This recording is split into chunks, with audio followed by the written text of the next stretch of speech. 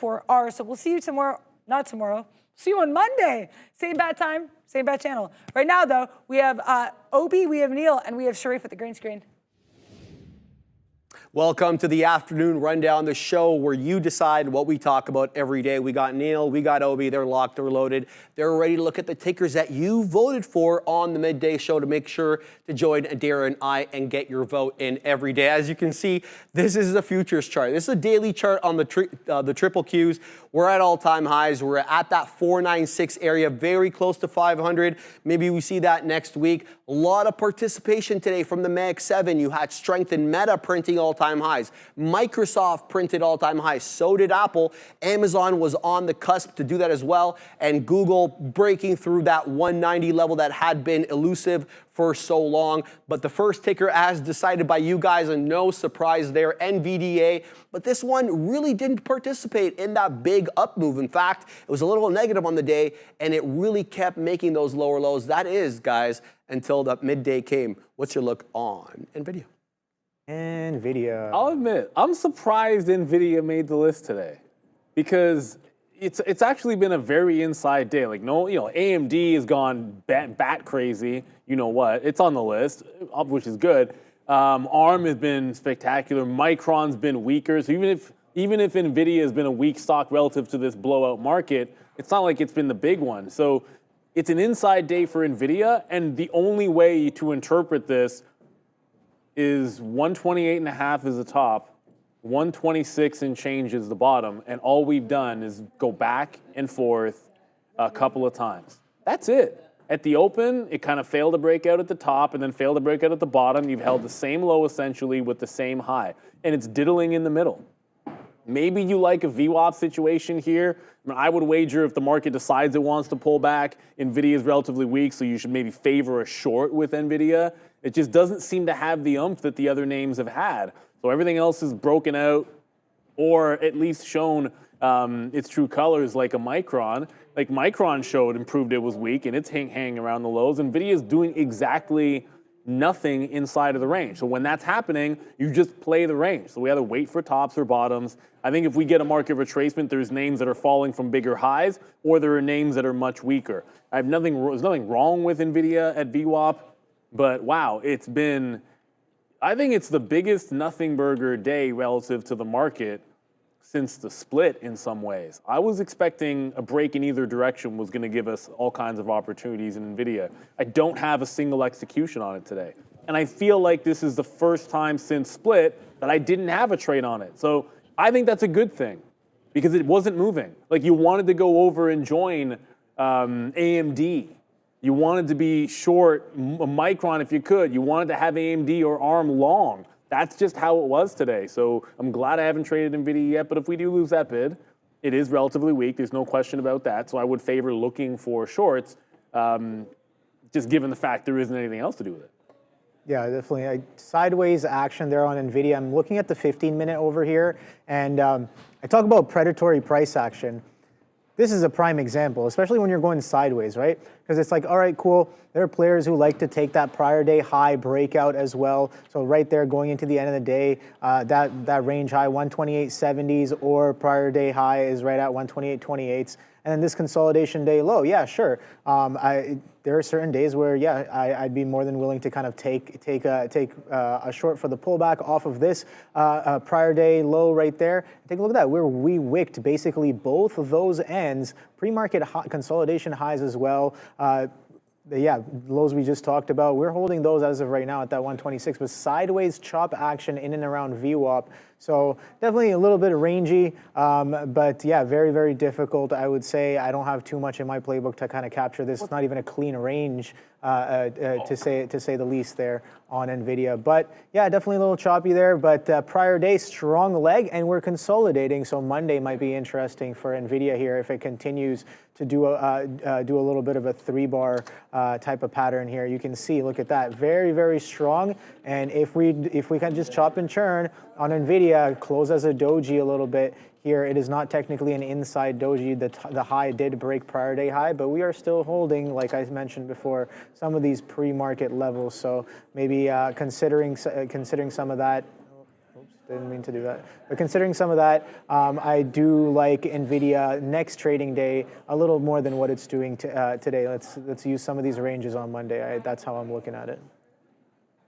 Polestar up 10%. That's despite having this headline right here. Yeah, they're recalling 32,000 of their Polestar 2, but we use that term really loosely as we did with Tesla because it's an over-the-air software update. Essentially, some of the software is preventing the image from the rear view camera to show up on the infotainment system, so they're going to fix that vis-a-vis an over-the-air software update. I'll let the big kahunas cover the price action, but this one was briefly above $1 as it looks to get back into the compliance above $1. What's the look, guys, on Polestar?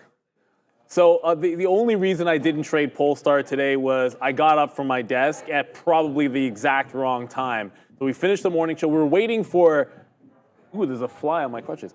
We were waiting for that top. It's gone 98 every single time into $1. So there's the press into $1. You're like, why wouldn't you short at $1, Neil? Pretty simple. We ended the morning show at 11 o'clock, and shortly after that, I got up from my desk. By the time I got back, you would made the pullback, and that was it. Like, there was your dollar. It got to 101. Look at it hold at 101. If I'm sitting in my seat, I'm short 99.5 here almost every single time, is what it is. There's an opportunity cost of getting up. I didn't want to chase it down around VWAP, and now that it's pressing higher, I would suppose if it gets back to $1, I can try to play it either again or just a breakout. If this stock breaks 101 this afternoon, actually, you know what? Now, what are we even doing here? Let me just get an order in. 1, 5. Here. I'm just putting a stop. I'm just getting a stop order in. If this stock breaks 101 today, I'm going long. That's my order. So if we break a high on Polestar, I'm going long on the break. I just realized why it's at 9. It's past VWAP. It's at 97. I want to have the order out there. So PSNY, maybe this is the day. But every other day, it's been a failure at 1. However, with higher lows the entire way and kind of higher highs, so we break the top, I get out. I should have been short. It is what it is. But you know, we talk about, you don't want to miss opportunities. You got to get up from the desk at some point. But there are situations, if a stock is adjacent to your level or really close, sometimes you just got to stick it out. Like, remember, I don't remember the exact price on that one Nvidia breakout. I think it was an Nvidia breakout, where everyone was sitting around waiting for it to happen all afternoon. I think it was a 1,200 level. Yeah, it was 1,200. It's like 2-hour consolidation. And I remember it was a 2-hour consolidation. Yeah. And I'm not making this up. Like, there were a few people, I know Max had, I had to go to the bathroom. It didn't matter. Like, I just sat there. It's like, will it break? Will it not break? And you didn't get out of your seat until you had a chance to trade the level. And it ended up being worth it. So that's kind of what PSNY could have been, because it fails underneath that buck. You're short 99.5 with a cent and a half stop, and it pulls all the way into 90 cents. Like, that's just an easy, and it's done it 3 days in a row, right? Like, it's an easy trade for a day trader, but I had to get up, so it is what it is, and I'm not happy about it, but the next trade looks like it's going to be a breakout for Polestar. I'll have it if it happens this afternoon. I'll have it if it happens happens next week, but let's see this one actually go. Not a lot of volume, only 20 million shares. On a penny stock, you'd like to see more than that, but it's too big of a level not to make the trade if it happens. Yeah, I think definitely a little bit of sideways action, and they had earnings just a couple days ago there.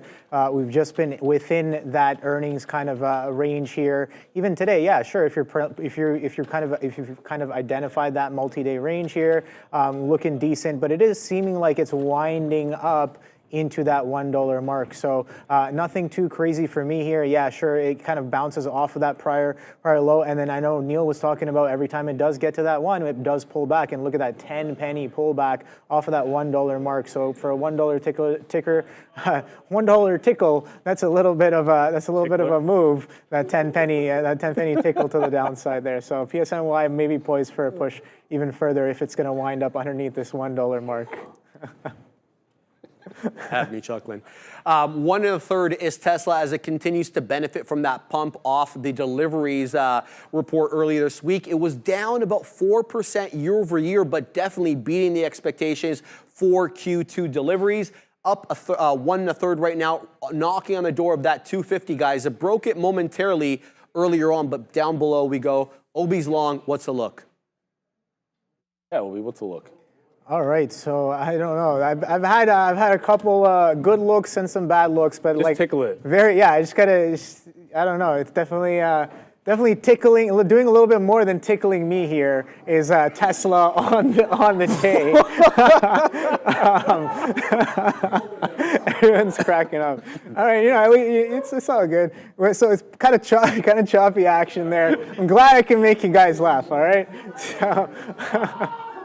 But look, definitely tickling the range here. 250s to 244s on the day here, winding up after quite a strong couple of days, or a few days there. 250s a little bit interesting. We're kind of ripping right back up, and yeah, I wasn't too happy with my execution in the morning. But you know what? We kind of reassess, we refocus, and we come back at it, trying to make some better decisions in the later half of the day there. And yeah, Tesla just holding this range here. Let's see what we do with this 250 coming in hot right now. 255 lots sitting on the bid in the 70s. Oh boy, what is this prior high here? 250.57. Can we take some players offside? I have no idea, but we shall see. Thank you, Wayne. Boom, let's go. Let's ride, boys. Let's go. Yeehaw. I'm not even sure what I'm supposed to add to that, but Thanks, Wayne. so Look at that, stacked on the offer. yeah, 250 stacked on the offer. Let's put it this way: if we break out from here, I tried the 250 break this morning and it was no good, so I'm not going back to that well, because I think this is the obvious resistance where it fell apart. So if it pulls back in, I want to be buying the dips. The market's strong. Tesla is now back to strength, so it had to withstand the move. But when I look back and you go level of patience. And we tried this long in here, then shorted off the previous close. And when it was above, I was looking long. So that's at 248. If we're above there, I was looking longs this morning. If we're beneath it, I was looking short. We're above it, I'm looking long. But it's either breaking out this top, boom, which it looks like it is right now, or we're buying dips back into 248 and VWAP, as Tesla is definitely going. I'm still short Rivian, but that isn't moving as much. Tesla is the one doing volume right now. Oh boy. Advanced micro devices over 5% in the day. There's really no specific catalyst for this, but there was this headline over here vis-a-vis Benzinga. They detected unusual options activity, specifically a whale buying calls on AMD, and I'm not surprised given the price above 170, guys. Very interesting. Nvidia and Intel, AMD and Intel up, but some of the main chip players that we always keep an eye on not doing so well today. No, like AMD, and this is why it was the lesson of the day. It's just pretty simple. Like we've been charting AMD in this downward channel for quite some time. It just broke it out today. You know, and I think a lot of times, like if you're looking at this first, like if you look at the daily chart first, you observe it breaking these highs, then you're going to say I should just be all over the longs and not really be scalping it. I should be going for the home run longs. So it broke out this top. On the 15-minute, just looks like any other level, just take it station to station, but it wasn't any other level. It was actually breaking a gigantic channel with room all the way to 175, and it got to 174. So sometimes you just got to be a little bit better. And then Intel was exactly the same thing, so we'll group them together. Downward channel, broke it out today. I have a dip buy back into this 3180 level, and we're playing it into the high of the day here. So AMD was the big runner. It wasn't an Nvidia day. It ended up being an AMD day, and we just, treated it like a regular day instead of this is the one kind of situation for AMD. So it's strong. I'm still in it off 172 here. If we break highs, 174, I think is a double top that we'll respect because it's resistance on the daily. But if the market decides to continue going, then AMD shouldn't have any trouble. Okay, this flies all over the place. But AMD shouldn't have any trouble trying to get back to those highs. 5.5%, big time trend break there on AMDizzle. Yeah, I didn't even notice until Neil kind of pointed it out this morning about the technical breakout that's happening on AMD and Intel as well. Yeah, definitely a very, very strong. Hey yo, let's go! I like that. Yeah. Me and Elon both riding that Tesla train. You're wearing it better. Today.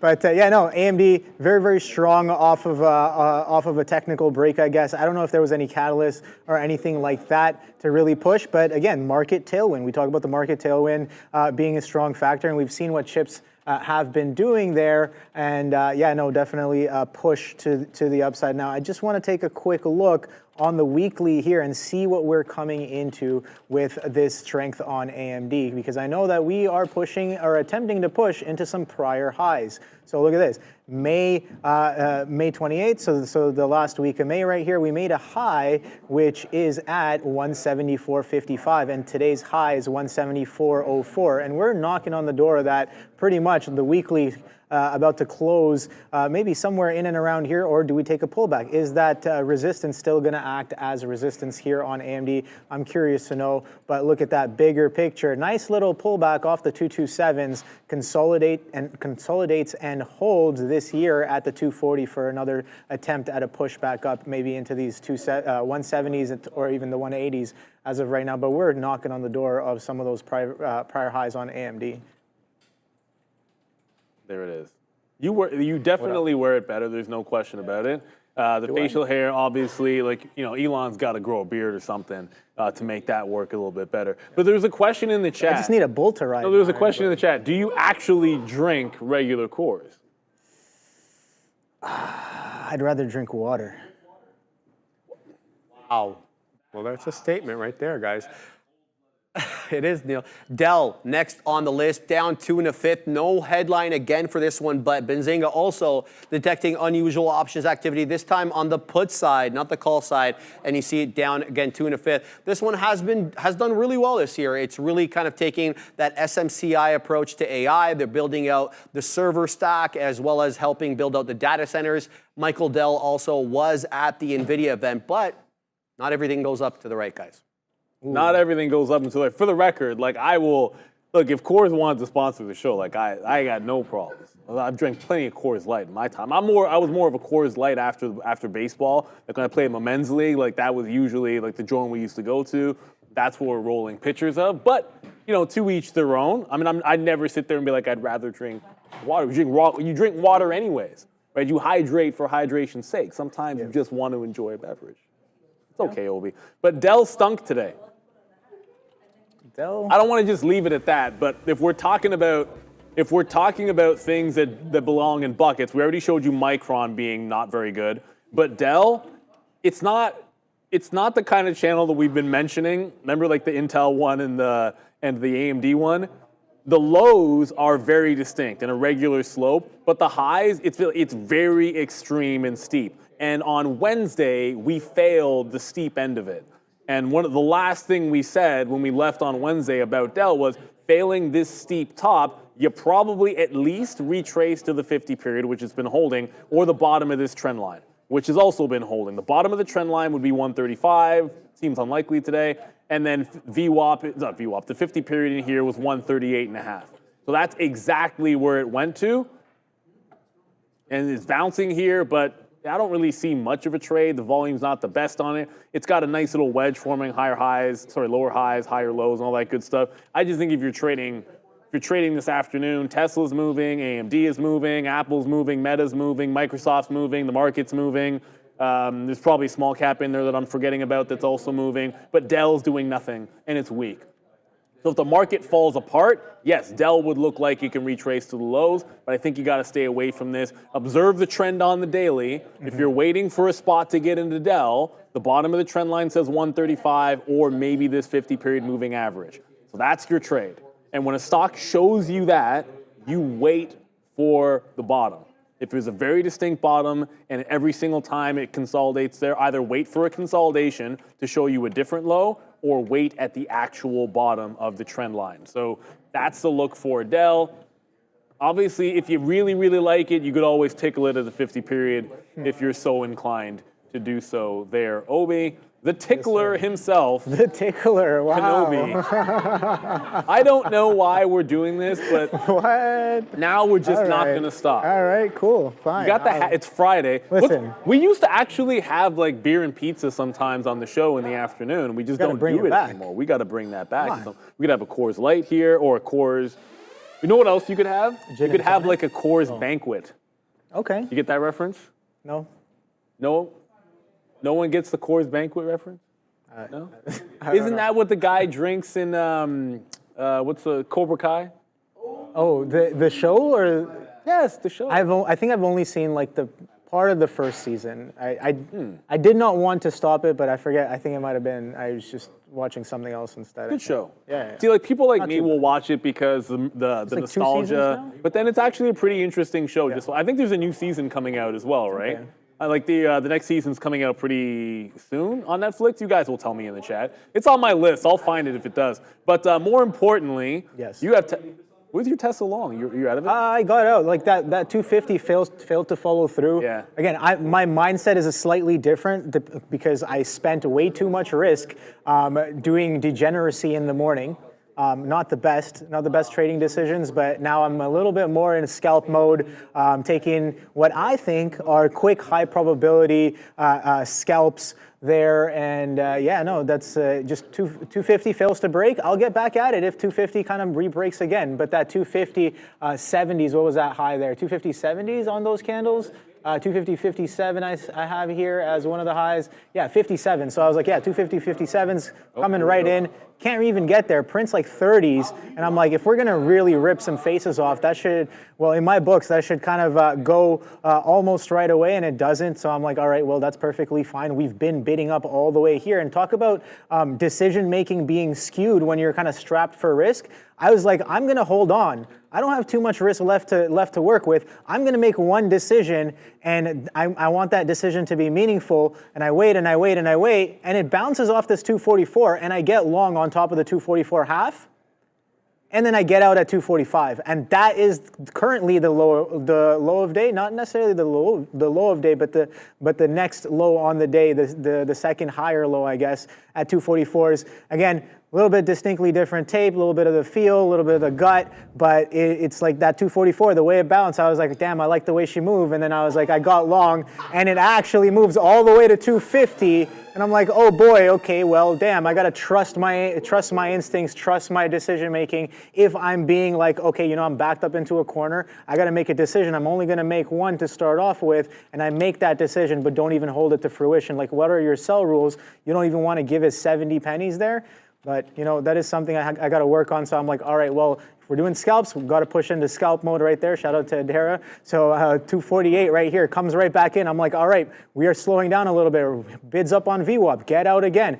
And then again at the 248 half, I'm like, all right, we're selling off a little bit off of this prior consolidation. Take a quick scalp. 248 holds. I'm like, all right, that's a good reason to get out.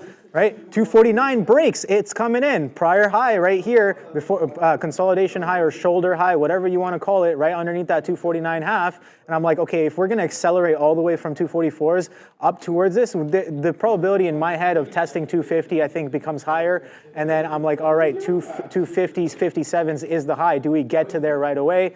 Can't do it right away, get out. So it's like, all right, now I'm in a scalp mode mindset for now until we kind of piece back some more of the risk, and then maybe I can start giving things a little bit more room again. But like, yeah, I definitely have to switch up play styles if and when, again, not really saying like, yeah, sure, I'm trading my P&L in a sense where I'm like, yeah, I have to protect my risk in a certain way, and that sometimes can require a change of play style in the moment as well, right? It's the thing about trading on a prop floor, right? Like you have your day, like you do have like those daily parameters and all that kind of stuff. So the only time that you do want to trade your P&L is when you're sort of at that spot. We're like, okay, well, I got like 1 or 2 shots left. It might change the way you get in and out. There's a couple of things. First, AMD pulled back into 172. I reloaded at 72.01.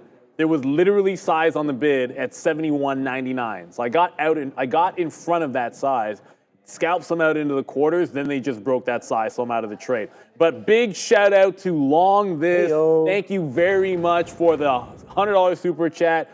Beer and pizza for the team, but please no cores or pineapple. Let's go. Can we really not do cores though? I'm seeing if I can get somebody to make a run for. Obviously, we can't get up and go, but I'll see if I can get someone that actually wants to make a run, and then maybe we'll have something that'd be for the cool. close. But I got to get somebody that's willing to step away from the desk that's here. So I can ask the traders, but if no one wants to get up and they want to trade, that's on. We appreciate it. Maybe we can always do it another time. But we appreciate you so much, Long sir. This. Thank you. But if we're not allowed to have cores, and obviously no pineapple, probably don't do pizza because everyone's eating here, but if we don't do cores, like the hat is on, it feels kind of cold-blooded that we wouldn't be able to do that.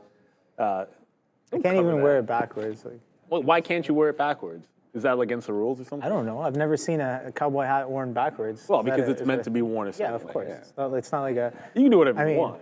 like some of my fitteds I'll wear backwards. Some of my fitteds I may even pull a TI and wear it on the side. But you know, it's like. I can't picture you like that for some. Oh, that was me, high school. That was a long, long time ago. You know, trying to be cool. TI was a thing back then, and I love how we you were say all like, TI. yeah, Yeah, like an old person says you wear it backwards because of Ken Griffey Jr. okay. Like I used to always No, wear. he used my to have it like on the side. I see people do on the yeah, side. Yeah, on the side, and I was like, how does that happen? How do you keep it up? And then you figure it out, and you're like, all right. It works. Let's go, yeah. It works. You can do it any way you want. You could throw it backwards. You could throw it to the side. Do whatever you want. Don't feel like you have to do that. Like we're not actually sponsored by KOSS. I actually don't even know why this exists on the floor. Oh, it's. I'm sure yeah. there's a story behind it. No. I think Wayne went to go buy some stuff. Oh, here comes 250 again. The Yeah, stack here getting comes taken 250. out. So I think this hat is Wayne's for sure. And he came by and he put it on. So I'm like, all right, unless he takes it off of my head, I'm not taking it off either. So it must have been let's like a go, Wayne. Break it. Giddy up is basically maybe what he's trying to tell me here for this Tesla move. 250 coming right back in. That 249 rips up quite aggressively. I was like thinking about it. I was like, oh, wrist to this wick right here down into the 70s. I like that. And I'm looking over. I look back. We're right back at 250. I'm like, oh boy, there goes that trade. When it comes to the scalp, nice little quick 1 point off of that action there. But I'm also watching Intel here, Neil, and Back at Intel VWAP. making Yeah, lower it might highs lose back it. at VWAP. It That's might- absolutely wild. It might lose VWAP.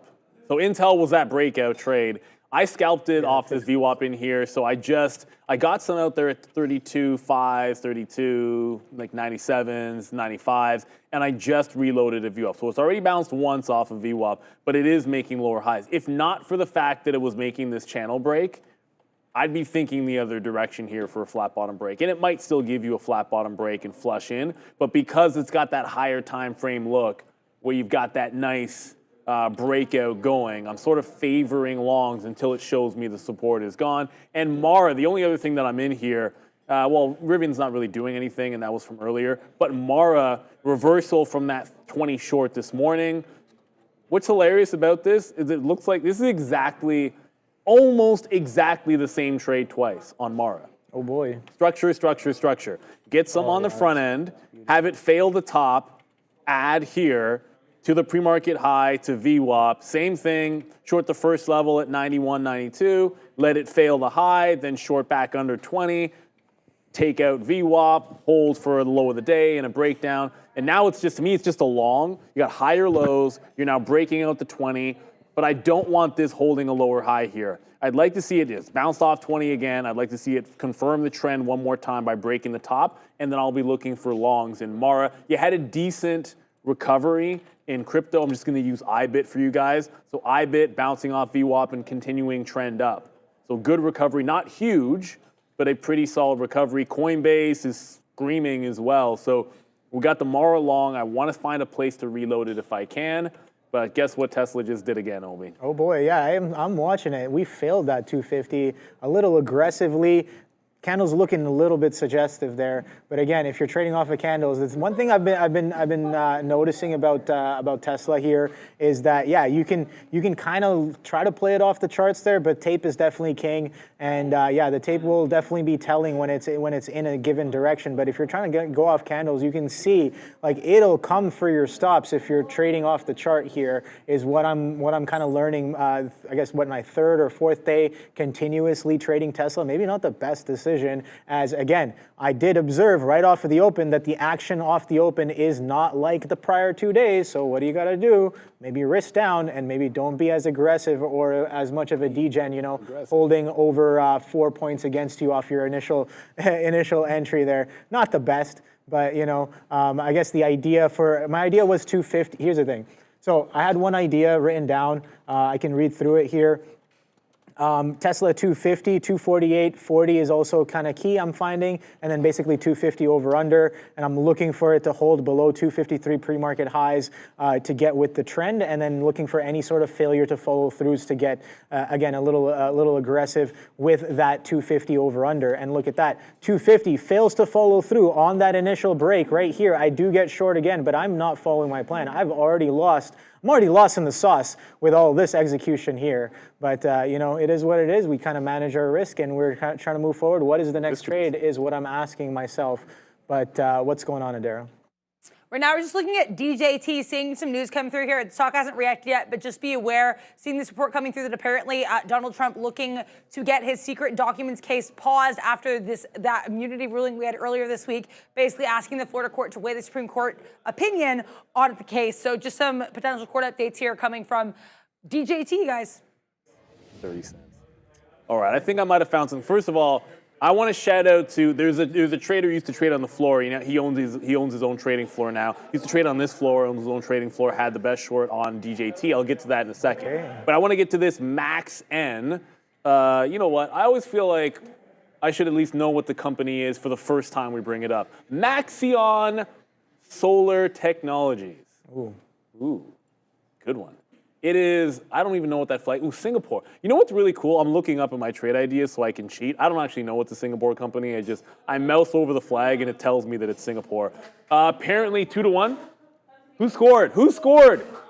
Oh, for the love of, they just said 2-1 and nobody's telling me who scored the goal. Anyways, that's frustrating. But before we go to, let's go to Adara for AMZN.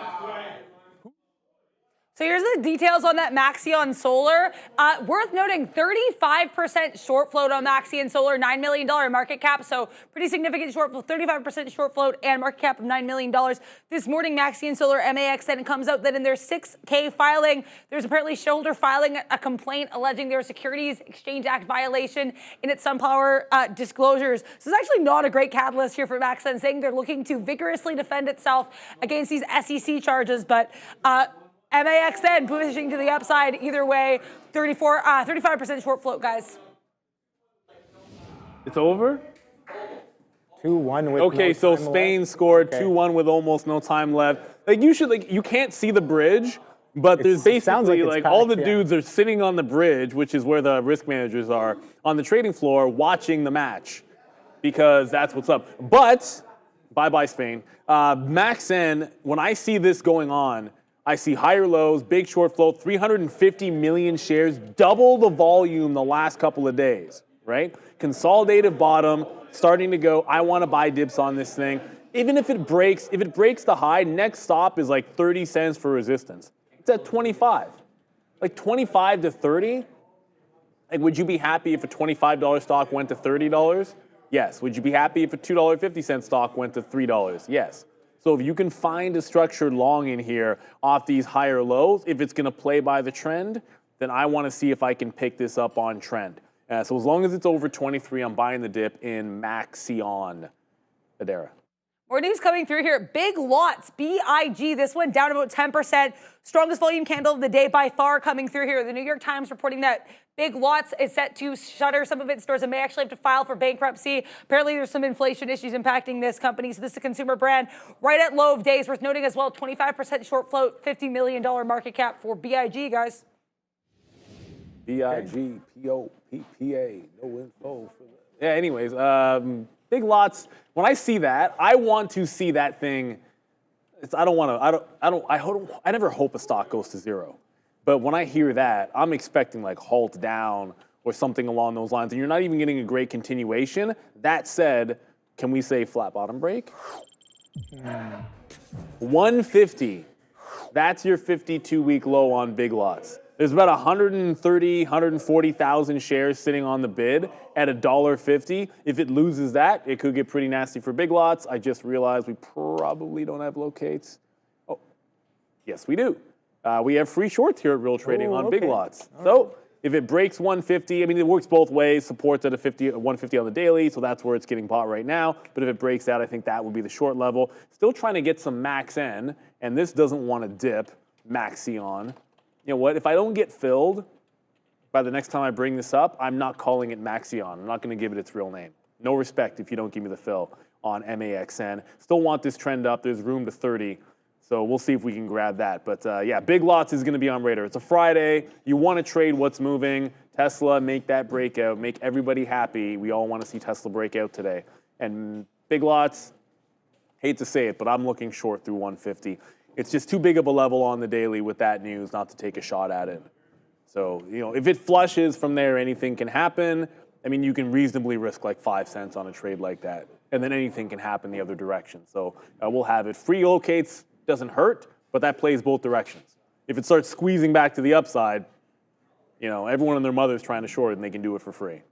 Yeah, I think that's something to watch out for. Intraday kind of news there.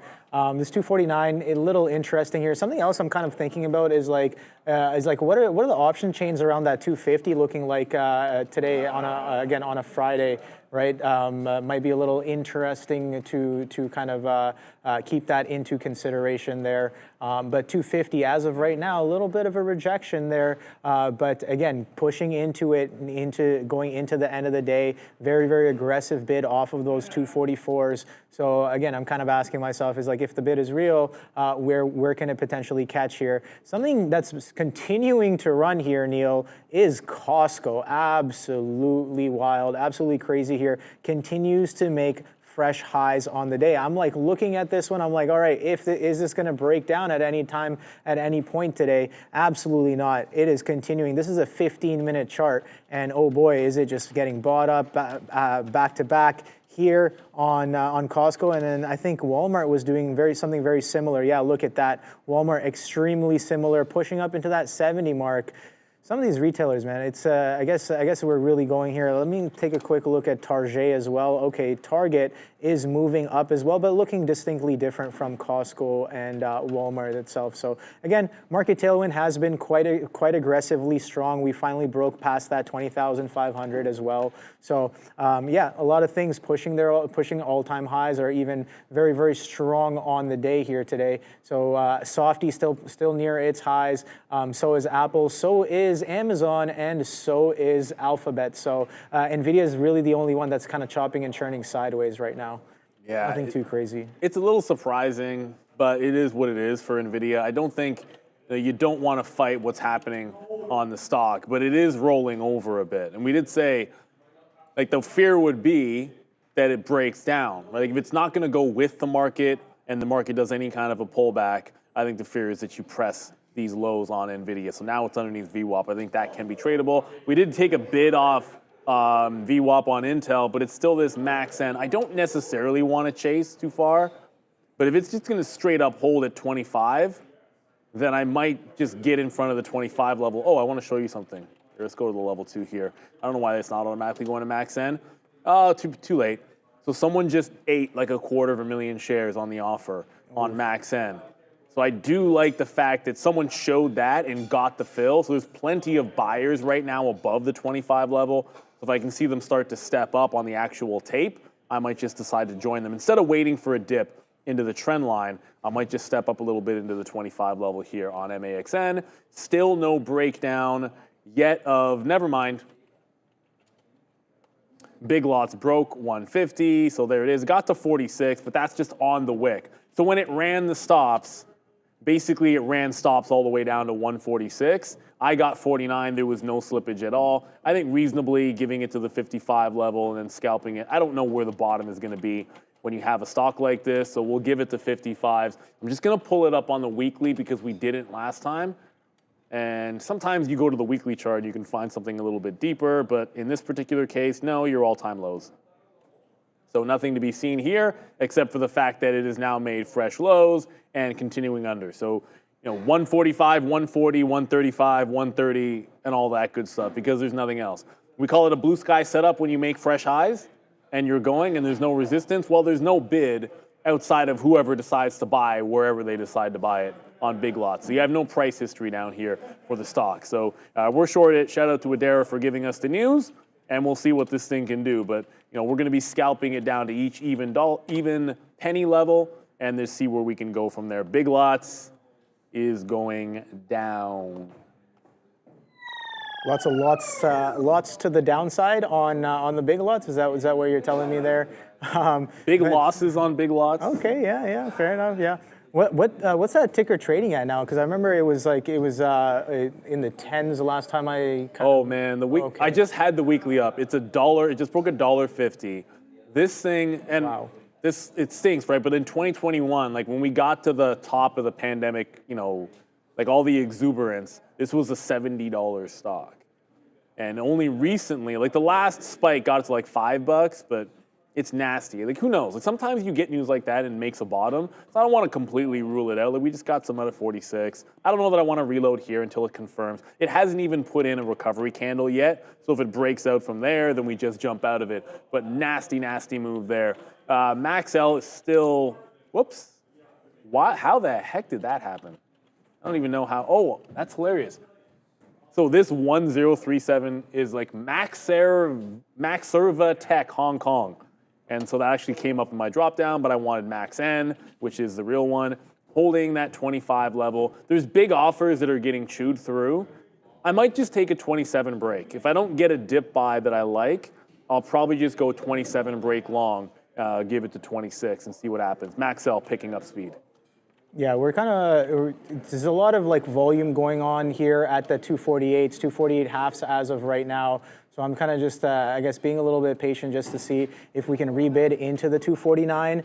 We are pretty much right there, but again, that aggressive pullback off of 250 definitely has I guess, me interested as well as again, you can take a look further back on the chart here. This is where the aggressive selling kind of started to come in a little bit earlier in the day, and we did pull back off of that 250. And another thing, yeah, are those if options chains on 250s are looking quite juicy there, are we going to close above or below is the question. And I think I remember in a brief conversation with Wayne in the back, the 235s were looking quite juicy as well. 235 puts maybe, I think it was. But yeah, it should be interesting. 250s pulling back as of right now. Let's see if we can kind of come back into that 250, or do we have more oomph to the downside? I have no idea here. Markets are looking like they're kind of pulling back here, but very well within their trend on the day here. Very, very strong to the upside. 20,400 holds off of the open, and then now we're printing up into 20,600s as of right now. So 600s pulling back into 600s on the NQ there.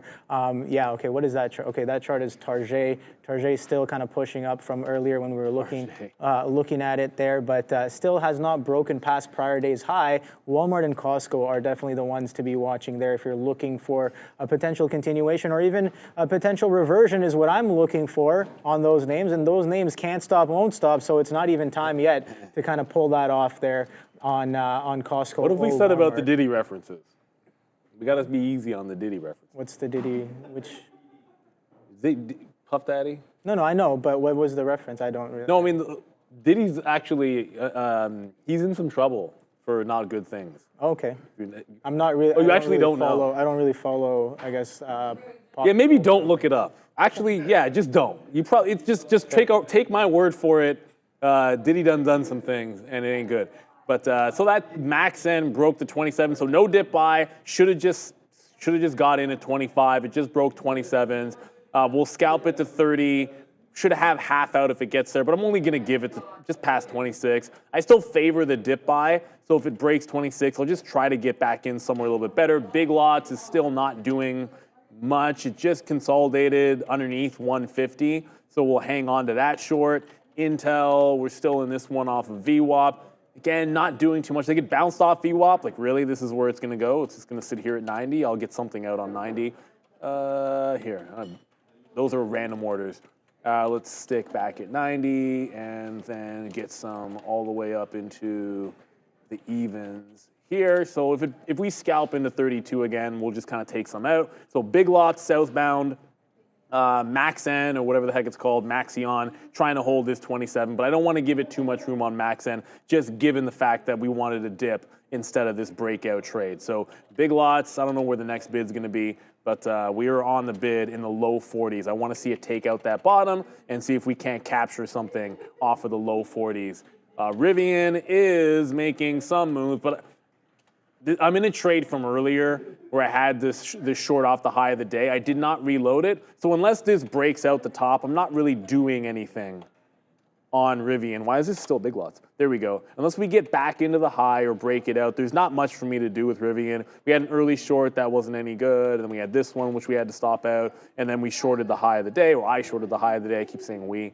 But it's making higher lows. No need to reload this unless it's the absolute top. If we get the top, fair enough. There's your Tesla catching a bit again. Yeah, your back working. at that 249. I mean, a little bit of a hairy long there, but again, kind of trying to keep that in mind. Where, like I said before, predatory price action. 249 is coming right back in. So can we be aggressive into the 250 once again? We've made some significant tops there, so that would definitely have a lot of players offside. But again, what do I know? This 250, 248, like I observed before. The only thing that I've observed is that 248 was churning a little bit of volume there. I don't know if it was distinctly different. I wasn't necessarily here for a little bit of that quadunk that happened earlier off this 249 level, but we are kind of attempting to reclaim some of these prices. So let's see. For the bigger picture, yeah, we have failed 250 a little bit, a couple of times on Tesla today.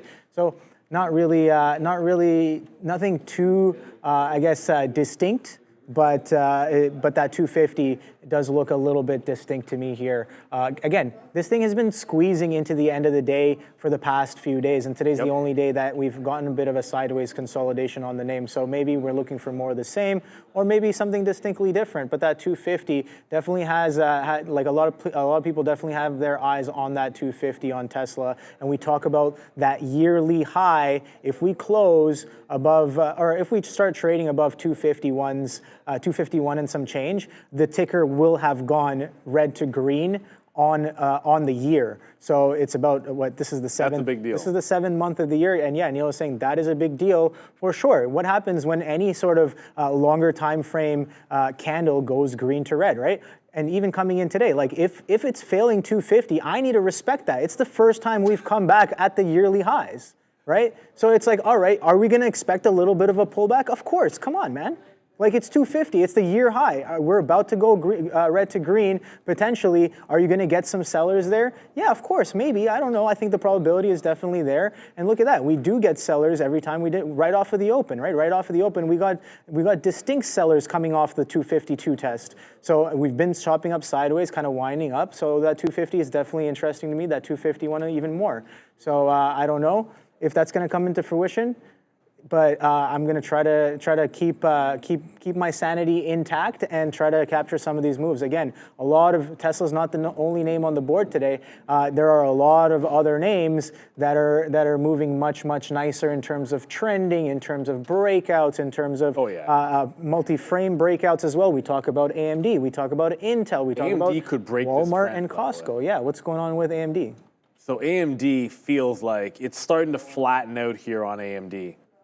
And it's just, like, I know it's still trending to the upside in a technical sense, but you get the lower high, you're flattening it out, you're back underneath the 172.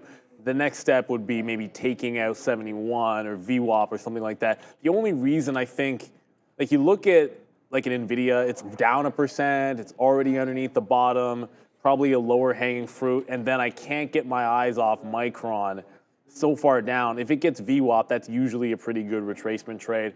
I don't want to step out of it too much. Like, I'm looking at these, like Maxon's doing pretty good volume, and so is Big Lots. But these don't follow through with either of these trades, then we got to look somewhere else. And it's probably AMD, Tesla. I know you're already in Tesla, but Tesla looking pretty strong. I just want it breaking out the top. If it's going to squeeze, I want this to squeeze through that 250.5 and then just go ham, breaking out that long. Oh yeah, Mara.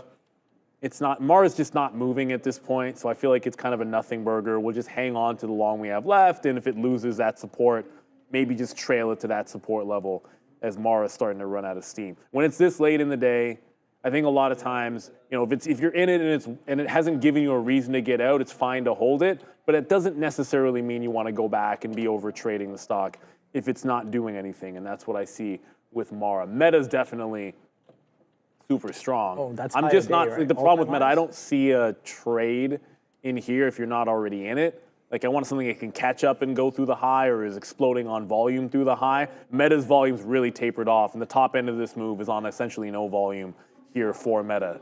So we'll see. It might be one of those afternoons where we're looking for those high flyer runners or something to break a top that we just have to be patient for. Thankfully, big lots like that came in on news and the volume spike is there, just the lack of follow through. I might just have to scalp the 5 cents or whatever it is here if it's not going to go any further. It is SSR, so it's short sell restricted. If it were to catch a bid and it's free locates, it could really get to VWAP quickly. So I have to watch out for that. My stop is still at VWAP, but I might have to tighten this up if it doesn't start moving soon here. Come on, Tesla breakout. Yeah, I'm looking for the quarter to print, and there's the quarter print. Can we hold the quarter? Can we print the quarter, hold, and print the halves? Let's see. We are doing a little bit of a bid here, 249. Like I said, a little bit of a chop and churn happening. A lot of volume, a lot of shares getting pushed at that 248. 249 is attempting to push, but getting pushed back down whenever it does. But again, that bid is holding a little bit higher every time. So maybe we are poised for that prior high, 250. We're only about 75 pennies away from there. And yeah, Tesla can do that in like pretty quickly in terms of the volatility that it's been having, but it can flush just as fast. But I'm trying to build the bigger picture that's been going on. We haven't been making the best decisions in the morning session, so hopefully we can make some better ones going into the power hour. Here comes the half, 249 halves. How much further can we go? We did wick. Look at the second wick off of that 250. So definitely players in my mind are like, okay, well, when I see that wick, I'm getting short, risking some of that wicky action, kind of signifying potential sellers there. But like I said before, Tesla off the chart is a tricky one, and if it's gonna start, I guess, violating some stops, I'm looking at that wick high to potentially come in and see what price action does in and around there. That give it the old hawk too and push through. He's just like, yeah, give it the old hawk tua and push it right through. Yeah, we'll see. I finally ended up watching that clip. Absolutely hilarious. The hawk tua girl, but yeah. Tesla 249. Let's see what we got in store. 250 is just on the horizon apparently. But again, with that action at 250 looking distinct, could be smelling a little bit of trouble for some shorts here if we kind of push through those highs. What's going on, Adara? This part of the show brought to you by Benzinga Pro. Benzinga Pro paid for itself on day one. That's a real review from a real trader using Benzinga Pro. Thanks to Benzinga Pro's exclusive news alerts, real-time market insights, and community of over 6,000 dedicated traders, it's the fastest way to trade the news. And right now, you can try Benzinga Pro for the lowest price we offer during our July 4th sale. Use the QR code on the screen or click in the link in the description box and join Benzinga Pro today. Yeah, I don't care. Whatever. I just need one. We're you guys can drink whatever. I'll pay for it. Doing a I guess. I thought you said it was a run. He's like he told me the LCBO was on strike. What? They're on strike? Huh. So how is he getting any beer if the LCBO is on strike? Oh yeah, there's a beer store. Oh yeah, I guess I don't know where the beer store is around here. So if you, for those of you that are down south, yeah, like you actually, Ramin, he's getting it from a guy in the alley. No, to buy alcohol here, there's like the beer store and there's the LCBO, which is like the liquor store. So you basically have no choice but to go there, and there's like a bill. They're trying to get it into other places, like like convenience stores and whatnot. But yeah, the LCBO is on strike. So I didn't even know there was a beer store around us. So apparently they're gonna go get something. So I appreciate you. Thank you guys for the super chat along this. Looks like we will have a little something to end the show. But I thought we were completely out of luck, and it's not a good look in the middle of the summer when the LCBO goes on strike. I'm just gonna tell you that. It's not fun, and most people are not happy with it. And I'm just gonna leave it at that. But yeah, we try not to get too political about things around here, but yeah, it's a little bit different. But KOSS is trying to go, and it's not working. KOSS. I had one short, one long. The short was like good. It's like you're looking for a home run trade and break it out and just get out break even. And then the same thing for the long. I was scalping it, and I made the low of the day here. I actually have the bottom wick on KOSS today. And I don't want to do the same thing, but if this is going to get through 1490, if KOSS wants to make this play, I'm all for it. but it needs to break the 1490. Like, look at this gamesmanship at 13.5. You're either long right there at 13.5 and giving it like a bunch, or you're getting the breakdown. But guess what just happened? Oh no, big lots, big flush, right down into the 40s. Now I'm scalping it because it's not moving, but we're gonna take some 42s and 41s. Hit me on the bid, let's go, just hit the bid, get the 41s. It's on the bid of 42, so this continues to flush down 16%. Thank you very much, Adara, for the news. That's what it's all about. Intel is very slowly, but surely, but slowly climbing off of VWAP. It's like watching paint dry. So get to 32.05, so we just get the heck out of that trade. But I gotta throw KOSS on the radar. If nothing happens with this MAXN, I'll be all for this breakout here on KOSS. And MAXN doesn't seem like it wants to do much of anything. So big lot's good. Oh, MAXN just broke.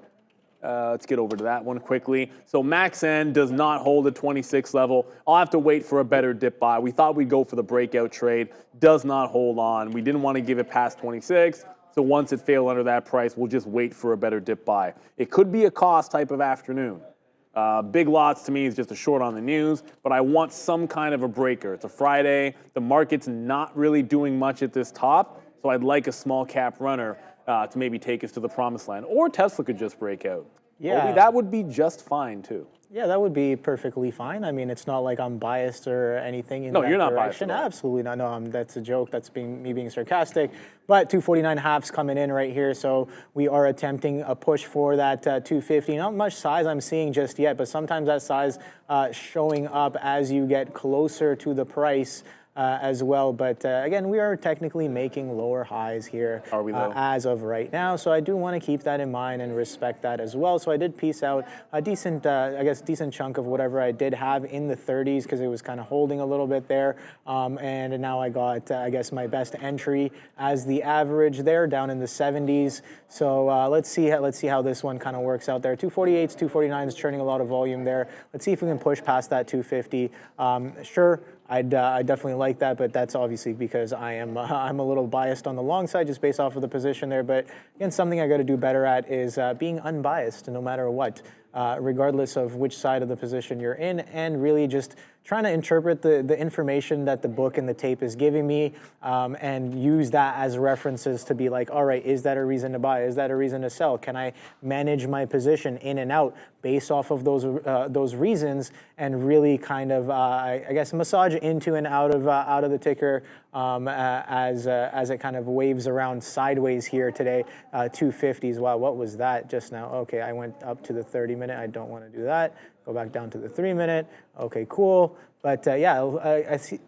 Excuse me, I saw about like, what was it, 200 lots sitting at that 250. That is much, much less than there was before. On this break here, I think there were a couple thousand lots there, and that definitely had me interested and involved with the move. But if it's not going to have the same here, it might not be similar of a move. But again, what do I know? That 250 holding as of right now as a prior lower high on Tesla. So I'm not really watching anything else. If you guys think there's other opportunities that are potentially, I guess, better in terms of your own playbook, let me know. We can take a look at them, and maybe again, I am also looking for a potential next trade here. And Tesla's definitely caught my eye on a bit of a bigger picture trend to the upside, and that 250 mark. I did have to go and check some of those, I guess, option chains for the 250 that I'm so curious about. I'm gonna go do that right now. What's going on, Neil?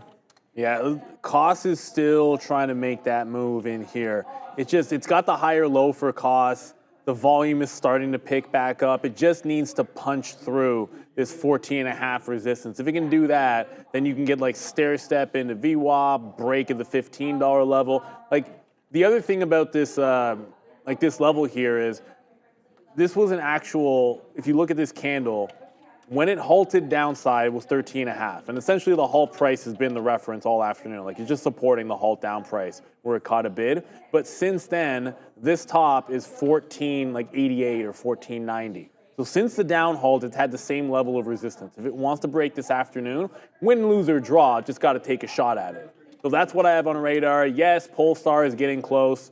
I still have the breakout order for Polestar. I will cancel this order if it gets to like 3. If we haven't broken the top on Polestar by like 345 or 350, actually probably closer to 345, I will cancel it. I just cannot take that break when there's no time for it to do anything for us.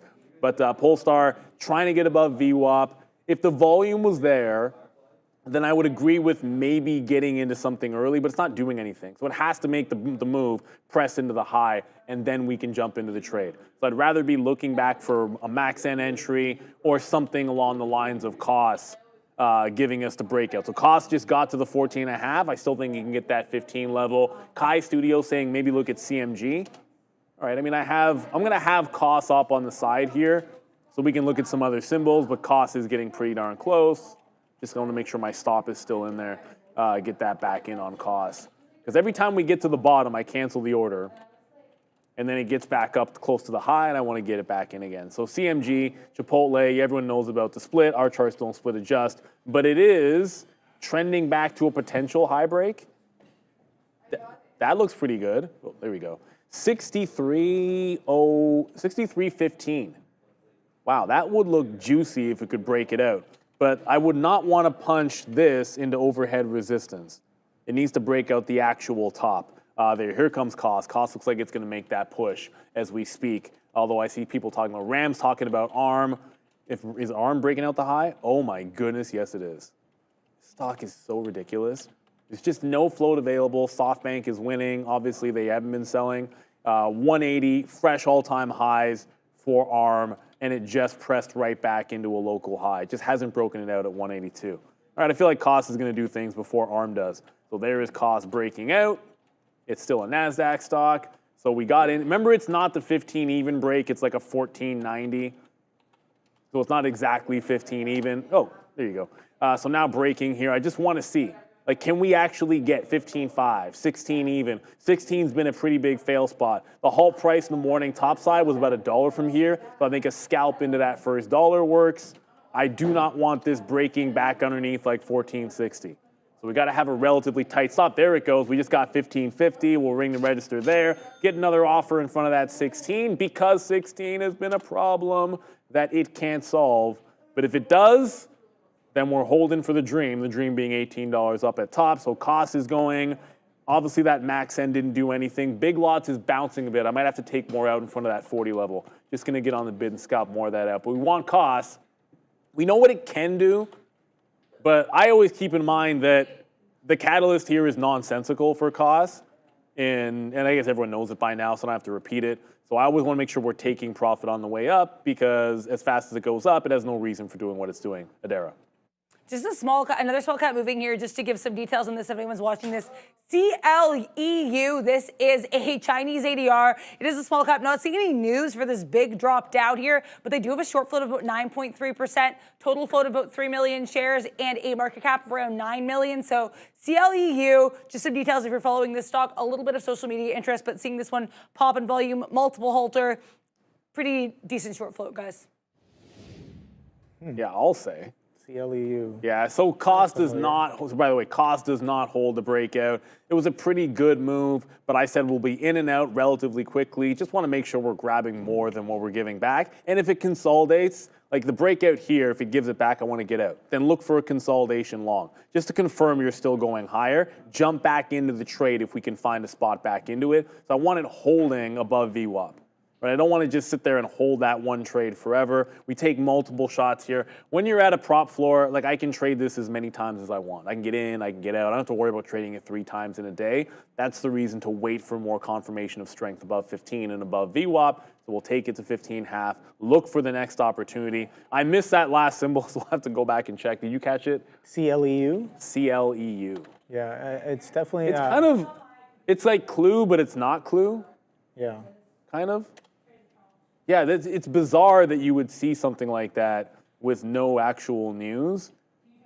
But usually just hitting the range from yesterday, right? Yeah, like essentially the stock is just like, I think if you ever see something like this, the only thing you should be trying to do is like short the tops. Like you have $3 up here, which is clear resistance for whatever reason, doesn't matter why.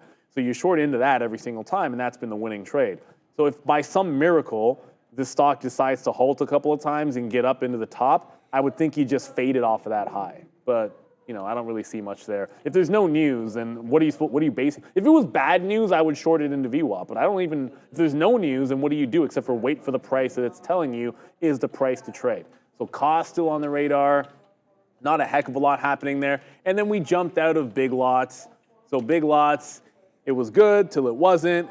It did this liquidity grab back in here. So we're able to get the 140s out. Once it tagged 140, I moved the stop in here to like this local high, which it decided to run. It might still be going down. I might jump back into this trade and give it to the 151. So we rang the register on that, and it's still trending down technically. We might have to jump back into this. It's still looking pretty weak, this 150 level. And the other thing that's happening is your Tesla really wants to make this. I mean, it's trying. Like it's trying, but it's making it so boring. Like do it or don't do it. We got places, like Marlo said, do it or don't do it. I got places to be. I don't really. We're going to be here no matter what. But break out this top. Yeah, I mean, I don't know. I can kind of like try to you know talk nice to it. Or talk dirty to it, and maybe it'll move the way I want it to. But you know, it is what it is. The ticker's going to do what the ticker wants to do at the end of the day, and I got to do better at my own executions in and around some of these levels here.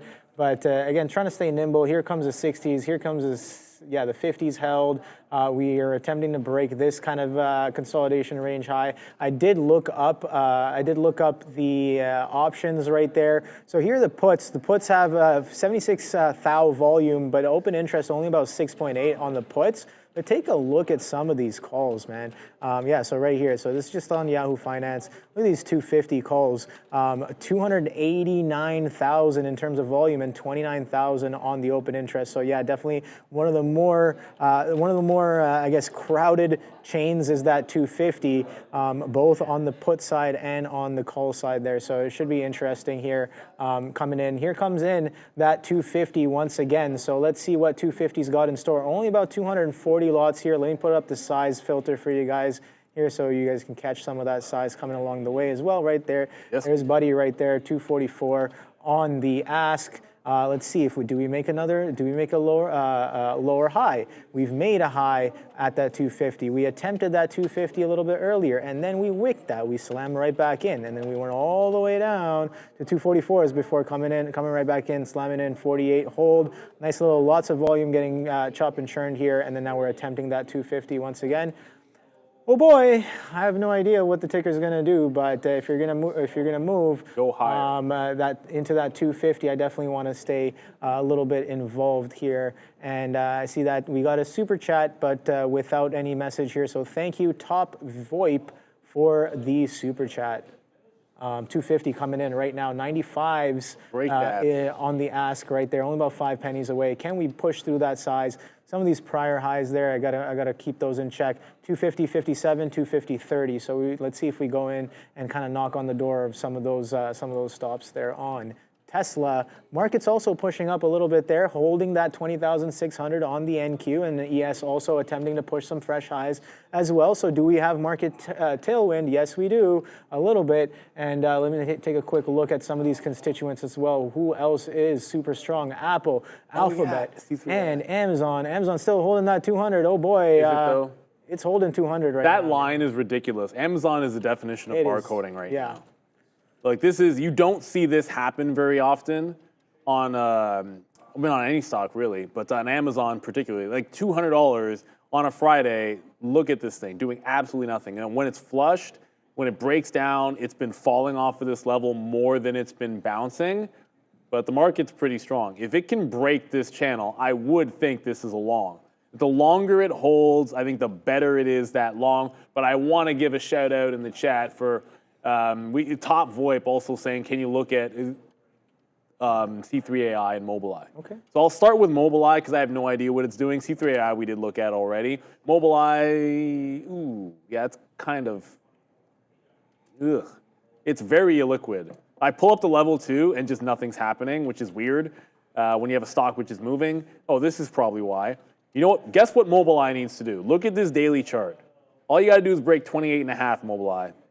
Room to 33.80 or whatever the heck that line is that I drew a while ago. So it needs to break out that top. You're diddling in the middle on light volume. Well, the volume's actually pretty good, but light liquidity. C3AI, on the other hand, was a squeeze that is doing decent enough volume, but it's broken out its levels. So difference is C3AI broke out 29.5. Mobileye needs to break out that $0.50 itself. C3AI is looking for continuation above 29.5. Mobileye is looking to get going. So I would rather be involved in C3AI if I could, but I'm still eyeballing this MAXN if it wants to make the move. And PSNY, it's starting to run out of time. It's very, very slowly creeping to $1, but the volume, not where I want to see it. ARM is still beasting. Haven't really seen. There's it breaking the high of the day. Yeah, this could be something. So I'm waiting for things to start breaking back out that I like. Tesla's getting there, but ARM is breaking out. Volume's still okay.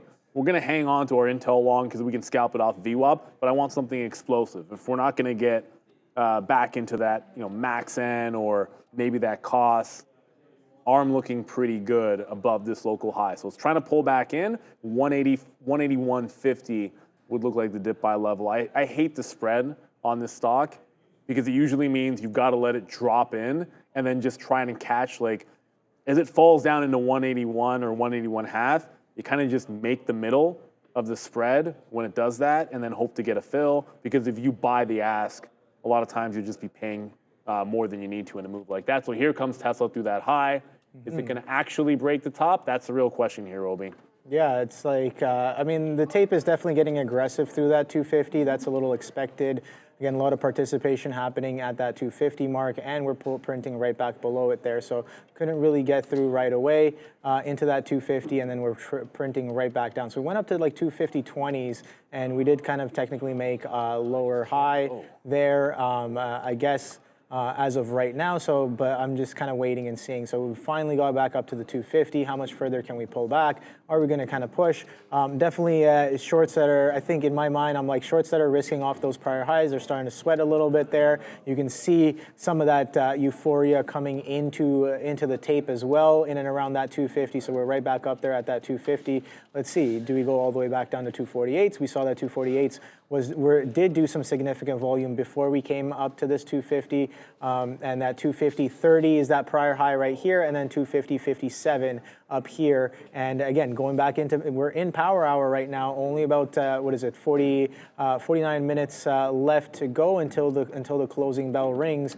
and we've seen what Tesla can kind of do pushing into the end of the day over the past couple of days, but I don't know if it's going to do more of the same, right? I don't know if it's going to do more of the same. If that 250 continues to act as a resistance here on the day, then maybe we do take a little bit of a pullback. We just saw the options volume that's sitting at that 250 as well. So more often than not, I have heard that option sellers are definitely have the edge in the game. So anybody and everybody who may or may not have sold those 250 calls on Tesla, I'm just kind of patiently waiting. Are they? And those are expiring today, right? July 5th. Yep. That's today. And if those expire kind of worthless, that would mean that Tesla has closed below that 250 mark, and that's why I'm so interested in kind of seeing where Tesla may or may not close on the day today, just with some of that options volume. Now, I did not check. Again, I don't really trade options that much, so what do I know? I don't know what I'm talking about half the time here, but all I'm saying is that if we kind of close below that 250, yeah, all those option sellers will be in the money. Yep. From that much I do know. Can one of us explain what rinsed means? Ramin is asking. So I'll give you an example of getting rinsed. Yep. So let's go to, what just made that move? Not ANVS, probably KOSS. So it's not necessarily, maybe not extreme enough, the move that just happened, but a good example of getting rinsed would be if you took, this morning KOSS, halt to the upside, and then tried to break out $18. Remember, 18 was kind of a big level. Well, if you took an 18 break, you got rinsed. Like, it went from breaking out 18 to halting down over 10%, right? So like a halt down, that's getting rinsed on a trade. Now, if you were long, I mean, I wasn't in the long, but I wouldn't necessarily describe this as getting rinsed because it's reasonable. Like, if you just get in long and it doesn't work, and you kind of hold it to your stop level, like you'll long there and give it to that, that's not getting rinsed. It's just like a normal trade. But if you held the breakout here and it took out the absolute, just held it all the way to the low, then it broke that low and filled the gap, then you've got rinsed on the trade. And why do you guys keep doing this? Like it's like the, I don't know, like the, it's a new animation for rinse. Okay, all right, okay. Oh, okay, so there we go. Well, I need to have that, key. What? Okay, fine. Now we're now we're overdoing it. That would have been a perfect thing to play when I was taking this short all the way up from 244s to 250s. I definitely got rinsed on that position. So they're Let's basically just keep saying it over and over. Yeah. So getting rinsed. Prime examples. Obi has gotten rinsed a couple of times today, but not rinsed enough, as we still have a little bit of our risk left, and we're trying to work our way back here. 250s coming right back in after an aggressive pullback down into 249 halves here. So again, that 250, man, definitely. If I was sitting here short, I would be. Again, this was a beautiful short in the morning session. This was a little bit of a nicer, or not really nicer, but a nice short again on the reload here at that 250 failure to follow through. I guess third time. Let's see if that's a charm for some of these shorts here. I know I definitely was not involved, but a great trade it was nonetheless, from 50 to 244s, and now we're pushing back above. So let's see. Like I said, Tesla with the predatory price action, rinsing players on both sides. There's that word again, rinsed. So don't want to get too rinsed on Tesla, Now but if we're coming in for a bit of a car wash, no? At the car wash. At the car wash? Yeah. Let's see, we're You know what the washing both worst? sides. Oh my, it's been really frustrating getting hurt during the summer. Yep. Like it's a bad time to, obviously, there's no good time to tear your Achilles, but during the summer is not exactly a good thing. Like my daughter is all on this save the earth, whatever. It's what happens, which is great and fantastic. So I wanted to like wash the cars in the driveway with her instead of taking it to the car wash. So I actually got the environmentally friendly soap that can go down the drain essentially, so you can wash your car. I'm like, yeah, we'll be able to do it. And we were literally going to do it the weekend that I tore my Achilles. She's all excited to wash the cars with daddy, and then of course I had to go ahead and get hurt playing soccer with her. It's frustrating and annoying, but the car wash, I am a big fan of just doing it yourself, as opposed to going to the car wash. Take care of your own car. But it's annoying not to be able to do it. I am in ARM, and we will get back to trading in a second. But I have to, so quickly on Intel, bounce off VWAP, yada, yada, yada. 80 is VWAP into like 32. It's not a huge range, but it's the range we've been given this afternoon. So that's what we're just going to go ahead and take. So we're doing that. And then Rivian, got to watch out for that. I said if it gets to the high of the day, we got a decision to make.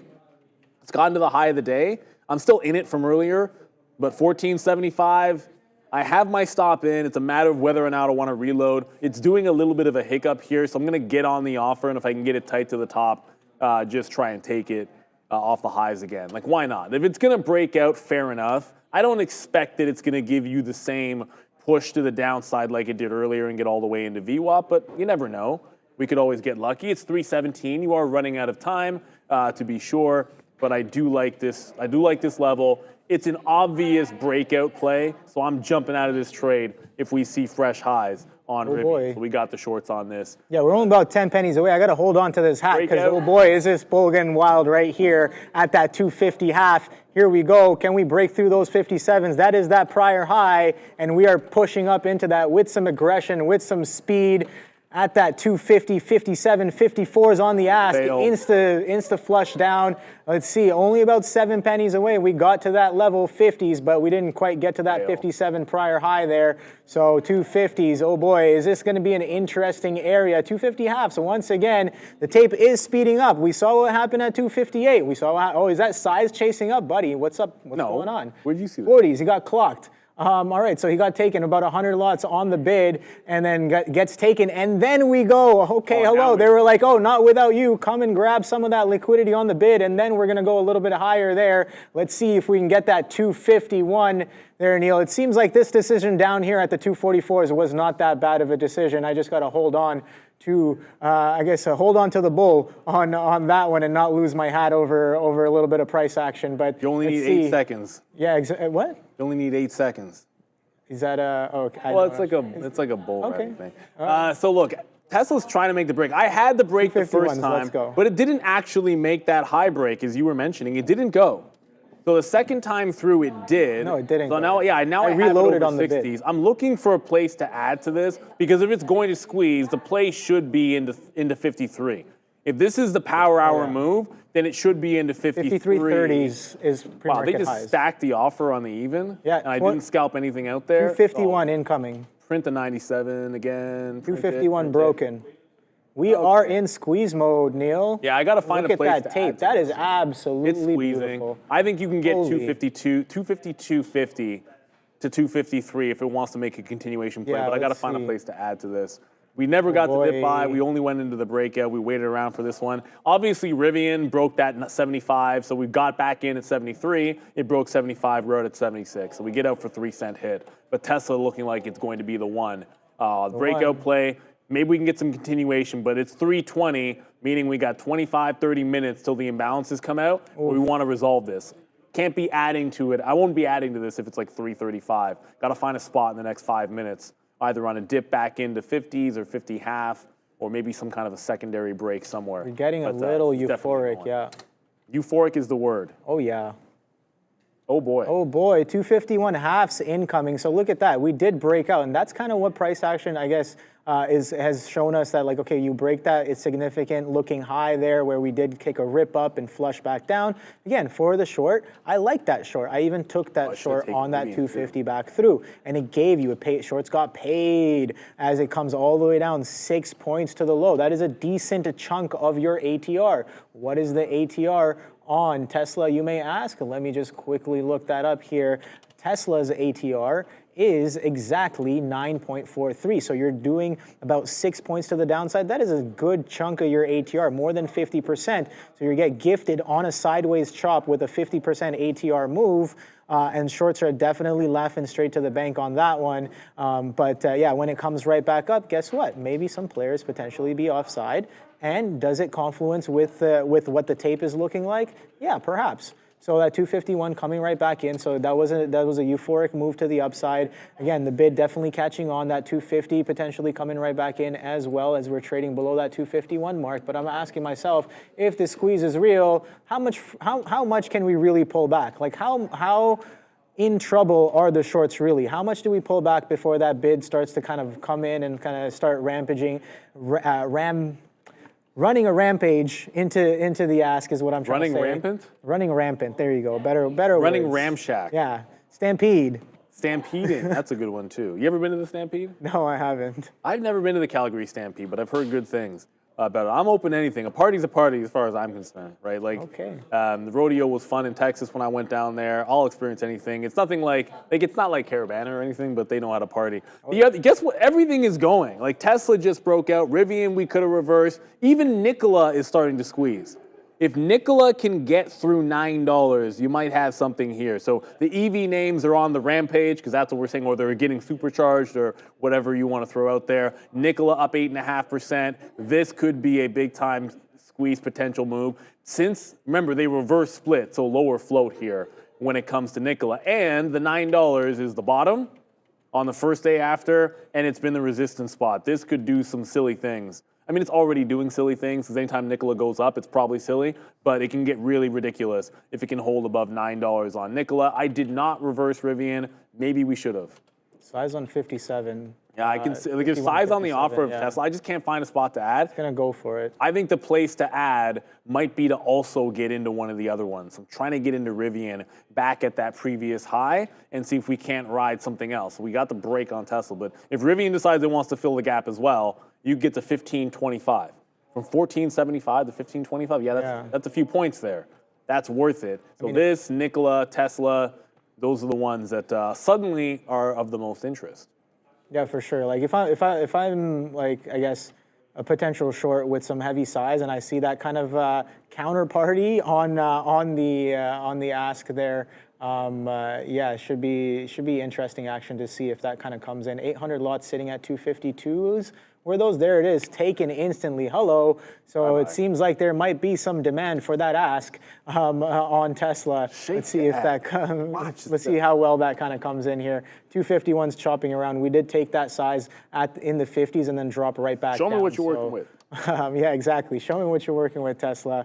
Again, a little bit, I guess we kind of turned on the ludicrous mode a little bit later today on Tesla, as it is doing more of that squeezing action into the end of the day here on a Friday. Once again, Friday squeezes might be nice. I do like squeezes are good on any day. Yeah, really. It's got to be on the right side of them. Don't get short. Well, that's the idea. Like if you're going to short something it's squeezing, it's got to be like that ridiculous level. Yeah. Like an example would be. Like if Nikola got to $15, if Nikola got to, okay, it's more like if Nikola got to 11 maybe, but if it broke 11 and got to 15 or 20, like those are the ones where if you take that shot and you risk a buck, a pullback could be 5. Those are where you want to play the retracements on it. And PSNY, you still have a little bit of time. There's still a little bit of time for this to happen. I don't like any one of these EV names that wants to go, I think can be worth it. It still could break out this 101. It's at 98.5 cents. You know what's going to happen here? I know what's going to happen. Because I've been staring at this all week. What's going to happen to Polestar is it's not going to make this break of the high of the day until the aftermarket when I can't trade it. Because that's how the world works. And so it's frustrating, but I feel like this could just start squeezing on its own if it gets through this 101. But it's running out of time. We're running out of time. It's 3:25. We'll give you the early look on the imbalances when they do happen. But for now, Tesla is trying to break out, continue its breakout. Ideally, we can get into Rivian, which is breaking out. D-Loaf says Shopify is going. Yeah, well, we're trying to get some bids on the rest. We can look at Shopify at 68. Holla. Wow, Shopify. It's back. It's back. Oh, my goodness. You can't have every breakout. You can't take them all. But Shopify 68 is kind of a thing. Yeah, it's a bit of a thing up here on Shopify.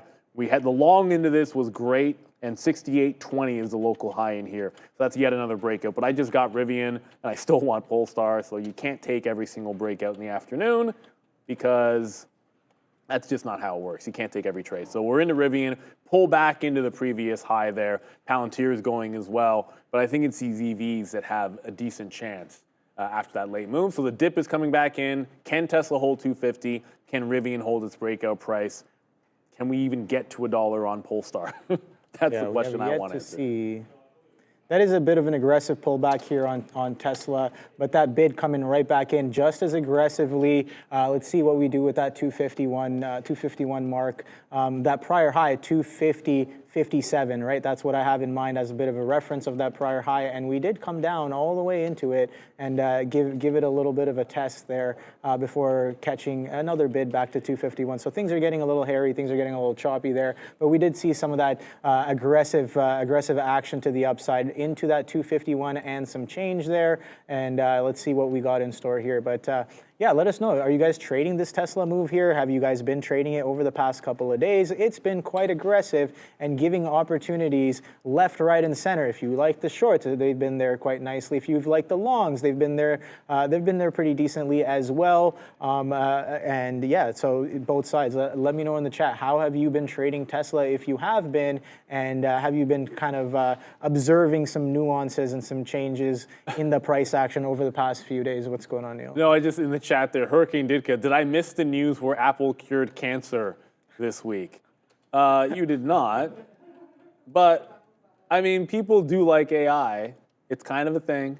And Apple's not the only thing breaking out of the top. I mean, Google's breaking out, Microsoft's breaking out, yeah. Amazon made a fresh break and is kind of trying to do the same thing. So you're just getting exuberance in the Mag 7, and people are chasing that money. It is what it is. Like they're making money. And yet the other thing to keep in mind, historically speaking, you got that jobs number this morning.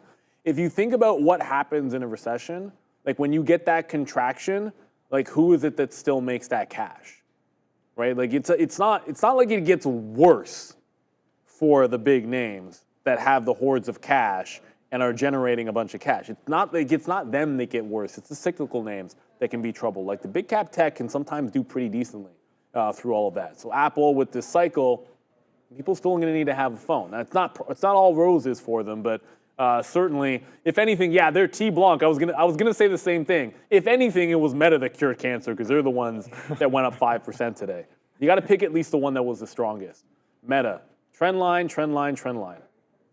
If you like a stock and you have a trend like this, like look at this consolidation bottom while we're here at 280. So 280, 280, consolidating in a 10% range after going parabolic up, consolidate for like 3 or 4 months, and then it breaks out. You got the trend low, holds the trend low. On earnings, it dipped exactly into the trend low, where anybody could have picked it up. I'm frowning because I didn't, right? Like I dip bought a few things. I dip bought Tesla, that was great. Dip bought Apple, that was good. Dip bought Google, but we didn't get Microsoft and we didn't get Meta. I'm talking my personal account, but frustrating not to get Meta. Fresh highs here on Meta, an absolute beast of a stock with a lot of other things, but we're not really trading that one this afternoon. It's Tesla pulling back into the 250 that we got to be worried about. Okay, Rivian's holding right where it is at 76. Maybe 77 or so, but Tesla getting this dip into previous highs. If it can hold the line here, this could be the spot where we can get another bounce. Yeah, it came all the way back to 250 halves here. That 250 definitely an interesting area. I did kind of add into it and kind of piece out of it as well, so that my average not the best here. We're teetering at my average here at the 250 halves. But again, that 250 half, I do find it a little bit interesting. So let's see what we do in and around here. That was that prior high. Let's see if we chop it up a little bit here at that 250 half. What can we do with that 250? That day high is sitting at 251, 251.30s. What's the high of the range there? Let's see. High is 252.35. So 252.35. We didn't quite get there on that bounce, but as of right now, we were holding the 8. We dropped down to the 21, and now we're holding back on the 8. So a bit of a reclaim of the 8 EMA here on the 3-minute. Let's see how well that one kind of holds, or will it come right back down? So those are the questions I am asking myself as of right now. 250 halves being a little bit interesting. But we did get that euphoria, and that euphoria has kind of dissipated from the tape as of right now, getting aggressive on the sell side. 250 coming in with that 200 lots sitting right there on. You saw that on the offer, right? On the bid, there's 200 lots. Oh, well, I just saw like a little acceleration when we lost 250. I got in and out flat there. Oh, I'm sure. On that reload. I think I'm going to wait for like something deeper into this, because it broke this high. But if you look at the actual, like where the support was, it was like down here at 249.90 or 250 even. So why reload off that high? If it's not going to show buyers there, and in fact, it looked like it was showing me sellers, then I don't want to draw a line. Then I wait for this next level in there and try and get it. It's only a matter of 40 or 50 cents. But at 331, you want to try to be precise, but I could be wrong. You could always be wrong about it. You never really know, but that's how I'm going to play it. Rivian, it's kind of bouncing and doing nothing. So we should have had this. If we reversed it, we could have scalped some out. But all we have is the dip back into 76 here on Rivian. So Tesla, I want to see if it can push, maybe give some fills underneath the 250 to join this trend back. And I looked at the early imbalances. You got HPE for a sell, 3.3 million on an early look. Walmart, 2 million early buy on Walmart. Those are the two that stand out. Walmart is having a heck of a day. Just an unbelievable rally. We showed you guys showed Costco already, I'm assuming. Yep. Maybe we didn't show Walmart, but yeah, the charts are basically the same thing. Big time rally. It's 2% up. It's how it's doing it that's so impressive. Like it's just the programs on all day on Walmart. And since the split, it's just been running and running and running. I think it's gone too far to be chasing it this afternoon, but certainly Walmart is a bit of a winner. Hey, what's going on in KOSS? Is that thing squeezing? End of day? It's End of day squeeze Friday? Is it happening? The way I look at it is like if KOSS were to go, or if Nikola were to go, or if that AMZN, like one of those going in the last half an hour of the day has the best potential for percent move. So if it does make a breakout, I would want to try it again, but you're not really seeing anything happening. You got to be patient.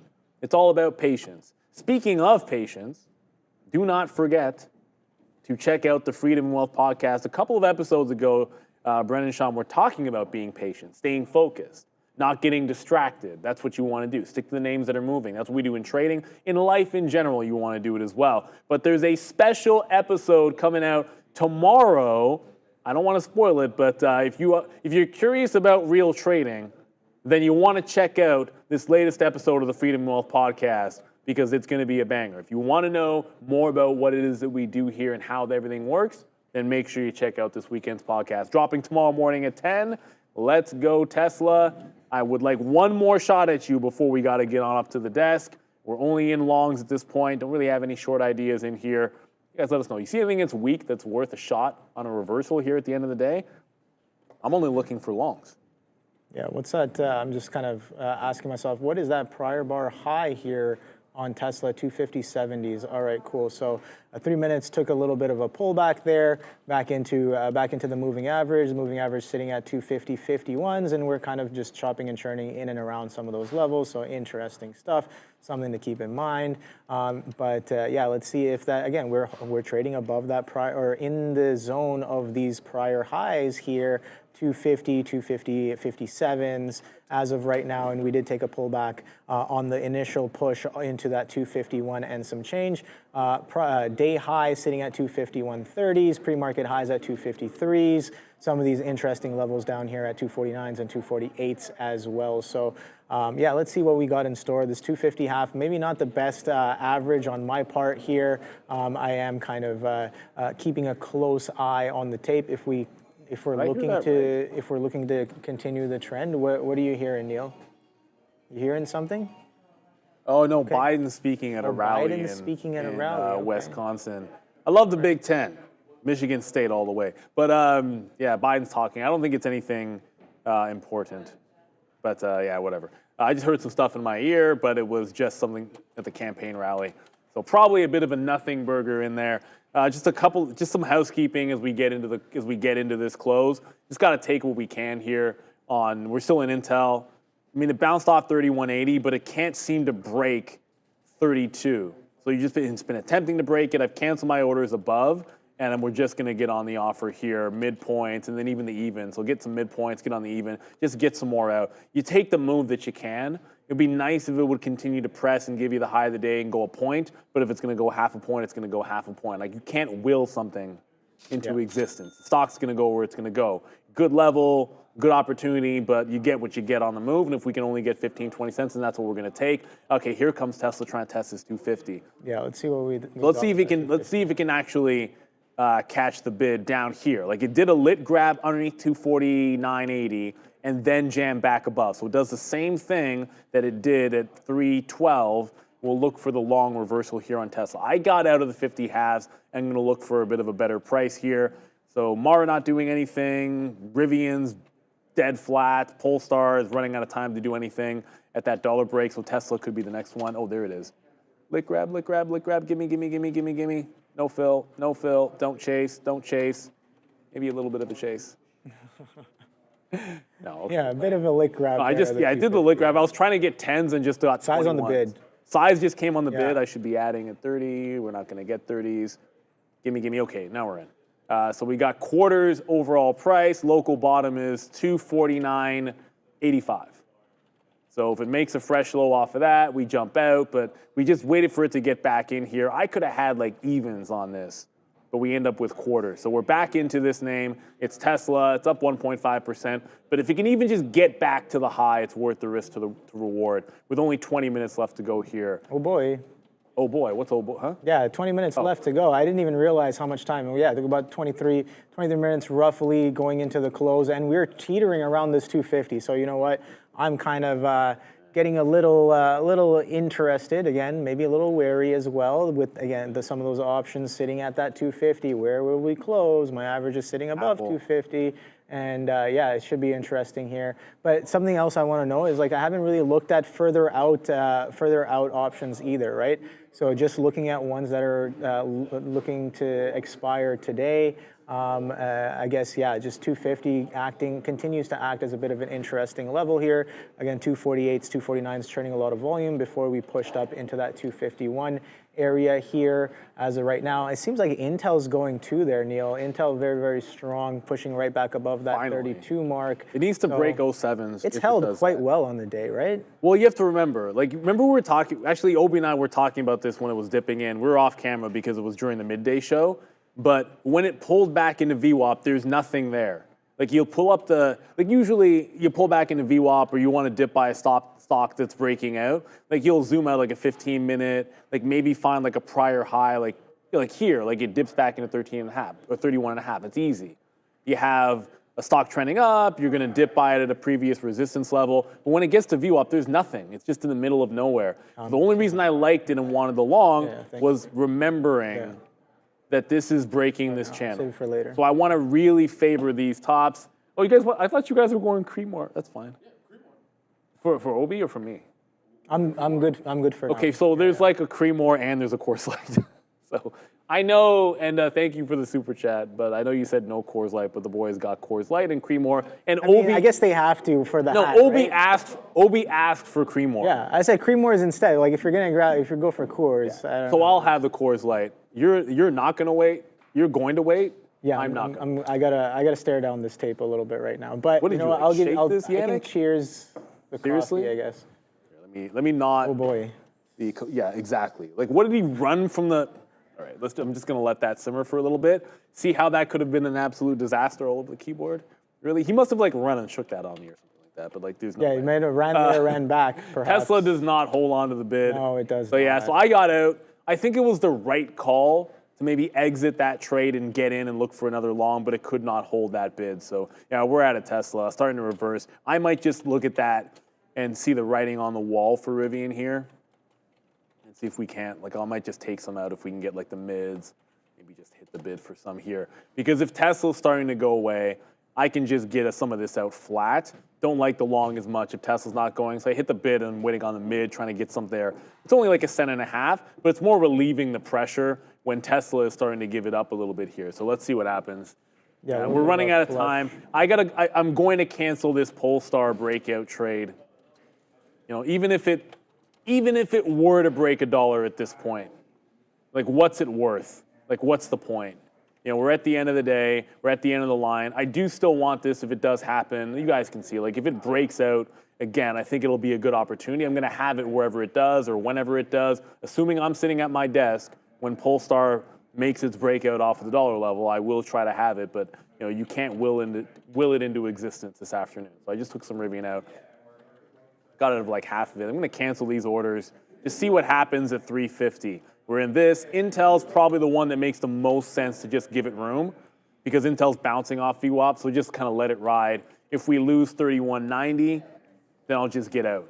Or we'll let that one run into the close here. And Mara, I've done nothing with this Mara There's a bid trade all chasing. afternoon. Oh, now it's back to the upside? Yeah, the bid. There's like 300 lots that it's just so tried to annoying. chase, and right there he is again. 300 lots on the bid, trying to chase Tesla up again.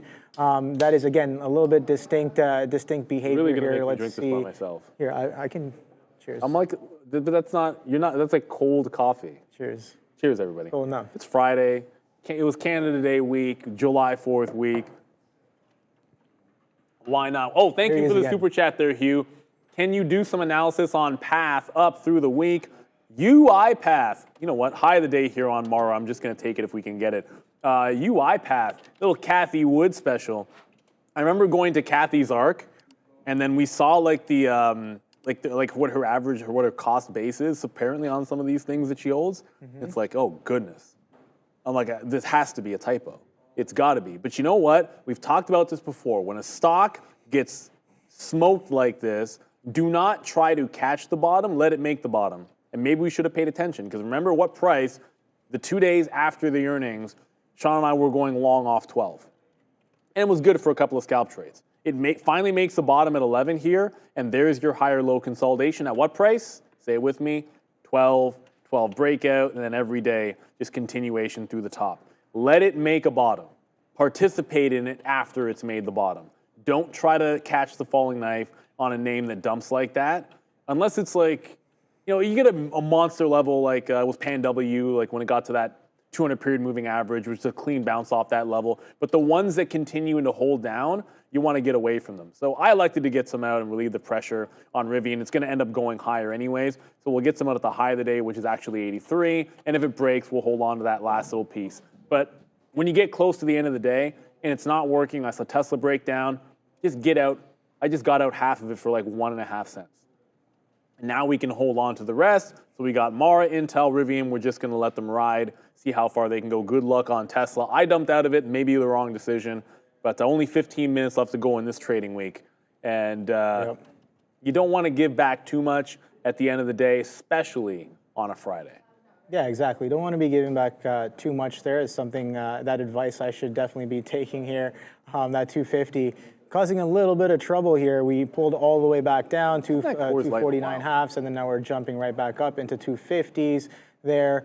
So holding a little bit of that downtrend that we made, pulling all the way up into towards prior highs on Tesla. But that 250, there's some size on the bid, gets taken out. But again, we've seen size like this come in and come out there. What was interesting was Buddy was chasing there on the bid, not really getting filled with that 300 lots. And then I think he did get filled. If I don't, I got to scroll back and kind of check the filter to see if he actually got filled on the name there. But 250's holding as of right now. Let's see if we can catch a little bit of a bid going into the last 15 minutes of the day, or do we kind of trade below that 250? Again, 250 is gonna, I think it's gonna be a little bit interesting going into the close. Only about 15 minutes left in the trading day there, Neil. So I don't know if you guys have anything that you guys have on watch as of right now. I think Tesla's definitely interesting. A lot of these names very, very interesting as well. Futures pushing for, or attempting to push for highs of day as well. So we got a little bit of tailwind going on, but Tesla kind of, I guess, tends to do its own thing here. Imbalance is coming out in 5 minutes right now. I think we should just go long tap. Go long tap? What do you mean? Really? Oh, like the imbalance. Okay, yeah. No. What do you mean? I'm literally drinking it, and you're wearing the hat over here. Okay, fair. I'm just saying. No, first of all, I'm not saying that we should. That would be ridiculous. Like, let's just buy the stock because Obi happened to have the hat put on his head, and the boys got me a Coors Light. Shout out to Wayne. That said, it is breaking VWAP. Oh, is that the Coors ticker? No, it's not. Oh, but it is. Yes, it is. Yes, it is. I'm just being a dick. Well, I can say that, right? You just did. I shouldn't say that. All right. No, I probably shouldn't. It's too late. Yeah, that's my bad. I shouldn't say that. No, I was just being facetious. I can say that I'm being facetious, right? I can say a school word that means the exact same thing as what I said. It's just one of them is okay to say and the other one's not, right? Like, you get the mental image of exactly what I meant anyways, regardless of what I said. But the TAP is a very ugly looking stock. For the fact that, this is actually pretty refreshing, but I'll tell you this, you're going to need more of these if you want to be owning this stock. That's for yeah, I was about to say something else bad. That's for you-know-what, sure. But let's see what happens. We're getting this move up in Tesla. Thankfully, Rivian's also going to go. But if it gets to 15 bucks, I'm out. If it gets to, we're at the 200 period moving average right now. So if we get to 15, we're just going to take it. It's a very, very, very, very slow grind to the upside right now. So we'll see where we can go from here. Yeah, this is it's catching a little bit of a bid back through 250, but again, it's been washing 250 both ways. So I do have to stay a little bit wary of that. What was that? Just 800 lots at 250 halves? No, maybe a little further. 251s or twos. I don't know. I saw 17 thou at the half dollar. Yeah, it's like, I don't know, spoofy man? Is that, yeah, no, 175 lots sitting on the ask right now at the half, but nothing too crazy. But yeah, if there's a couple thousand lots, I'm definitely interested at that 251 mark, but we're pushing right back into that 250, wicking on the 3-minute candle with only about 30 seconds left here. Again, it's 47 right now. Those imbalances are about to come out here on Tesla. So got to stay a little bit patient and wary for some of this price action there, and maybe come and revisit it after those imbalances do come out as of right now. Don't have too much else on watch. It is 3:48, sorry, 48 in about 15 seconds there. So just going to be continuing to watch Tesla here. I did not see what you guys were trading in the chat there, so I do have to kind of scroll back. People are saying iRobot, ANVS, Intel. So yeah, some all great tickers on the day to kind of participate in. Here comes Tesla coming right back. Is iRobot really a great ticker today? I didn't really see. I guess I saw a meme of it this morning, but other than that, I didn't really see any sort of ticker. Because it got kind of smoked today. Okay. iRobot had a got bad rinsed? Oh, a good bounce. No, a good bounce, but it got rinsed a little bit today. It was the Light mop volume. it was the mop version of the iRobot, you know, doing a little bit of rinsing. Not bad. Yeah. Not bad. We can take that. Yeah. But no, Friday. definitely nasty. Not a good day for iRobot. Underneath VWAP in here. I did see a question about it in the chat, but kind of like a flat bottom break that came back into resistance, and now we're trending right back into the downside. So, 3.5%, good recovery this morning. St. Mac, how about a YOLO trade? No. Yeah, that's not the way to go. Had there been some kind of a move on KOSS this afternoon, I would have been all for getting involved with it. Like this, the way that KOSS held on to this bid. Like you look at, this is the aftermarket on Wednesday. We closed at 1 o'clock, but then it rallied right into 13. And then KOSS just held on to 13 all afternoon. So it did what you want, like, which is you make that press, you don't make the breakout, you try to consolidate off a good level. It did that, but you have to follow through. There was no follow through. We tried a 15 break, it just didn't go. Can't force it. Either you're long off 13 and holding for a swing, which I'm not a huge fan of, or you get that nice little long where it does the continuation. I wanted, like this would have been, if you hold VWAP, that was your YOLO trade this afternoon. Like if KOSS could have hung on to VWAP, I think this would have been the one. But unfortunately it didn't. You can't will it, like I said, you can't will it into existence. This could gap down over the weekend and then we're at like $10 on Monday. So I'm not a huge fan of swinging things like this. But with only seconds to go till the imbalances come in, yeah, probably not going to have any new trades in there. Nvidia, 2.5 million sell side. That is the big one. Apple, 1.4 million to the buy side. That is decent, but compared to Nvidia, that 2.5 million sell, likely to move things. I don't see Tesla. What did Tesla just do? No Tesla, no Tesla. Alphabet's there for 800,000. It's probably an overall. It might be flat overall, but it looks like most things spiked. Tesla got out of that right? Tesla. I don't see Tesla there, but Nvidia was a big one. 2.5 million to sell there on Nvidia. Kind of a move down, but 30, 40 cents maybe if you were able to grab that. Overall number, SPY, 400 million sell side. NASDAQ, 760 to the buy side. So very mixed overall on the imbalances. No distinct direction. I'll just have to get out of Mara. We thought we could get the high of the day. It's pulling back. We're just going to punch out. No movement there. It was an earlier trade in Mara, just off the $20 level, but it couldn't take out the high, so we'll jam out of that. Intel looks like it's going to give up that support as well. So we tried to see if it could break out, run into the high at the close. Not going to happen. We'll just get on the offer back at 32, or we'll get stopped out underneath 31.90. And then Rivian, the other name that we're in, it's still holding out above, so it could happen. Still working to the upside. I'll give it a chance to run the high, but if we lose 75, we're out of that one as well. So with about 3 minutes to go till I get up to the desk, got to tighten up the stops, see if we can't take some profit in here. And wow, Meta there goes Tesla was back impressive. to the But upside. now Tesla goes. Like now it goes. Oof. So yeah, that Tesla did a bit of a wash. I did get out. I stopped out right before the imbalance, so because I didn't want to necessarily deal with the volatility that may come in, but it did come in and then pop right up to what was it? Let me check the 1 minute chart here. So we did kind of move up into a high of 250.48. So not too bad. We're just chopping and churning this 250. So definitely it stays a bit of an interesting level going into the close today. But yeah, no. I do have to kind of look at, look at this 250. Let's see how we close. I'm curious to know, like I said, for Monday as well. There goes Intel coming back down to the downside here. Tesla was a buy. Yeah, Meta broke 540. Okay, Meta with an interesting action there. Tesla, I'm going to continue kind of watching this ticker here. If we push some of those highs going into the end of the day and we do more of that squeezing action that we have been going into the close, I do want to look to potentially participate with the move there on what do you call Tesla. But yeah, nothing too crazy I'm seeing here on the imbalances for NQ or NY. But yeah, that Nvidia with a sell here. So let's see what Nvidia is doing really quickly on the day as well. I just got to queue up for this potential thing right here. Okay, so yeah, 250 still coming in.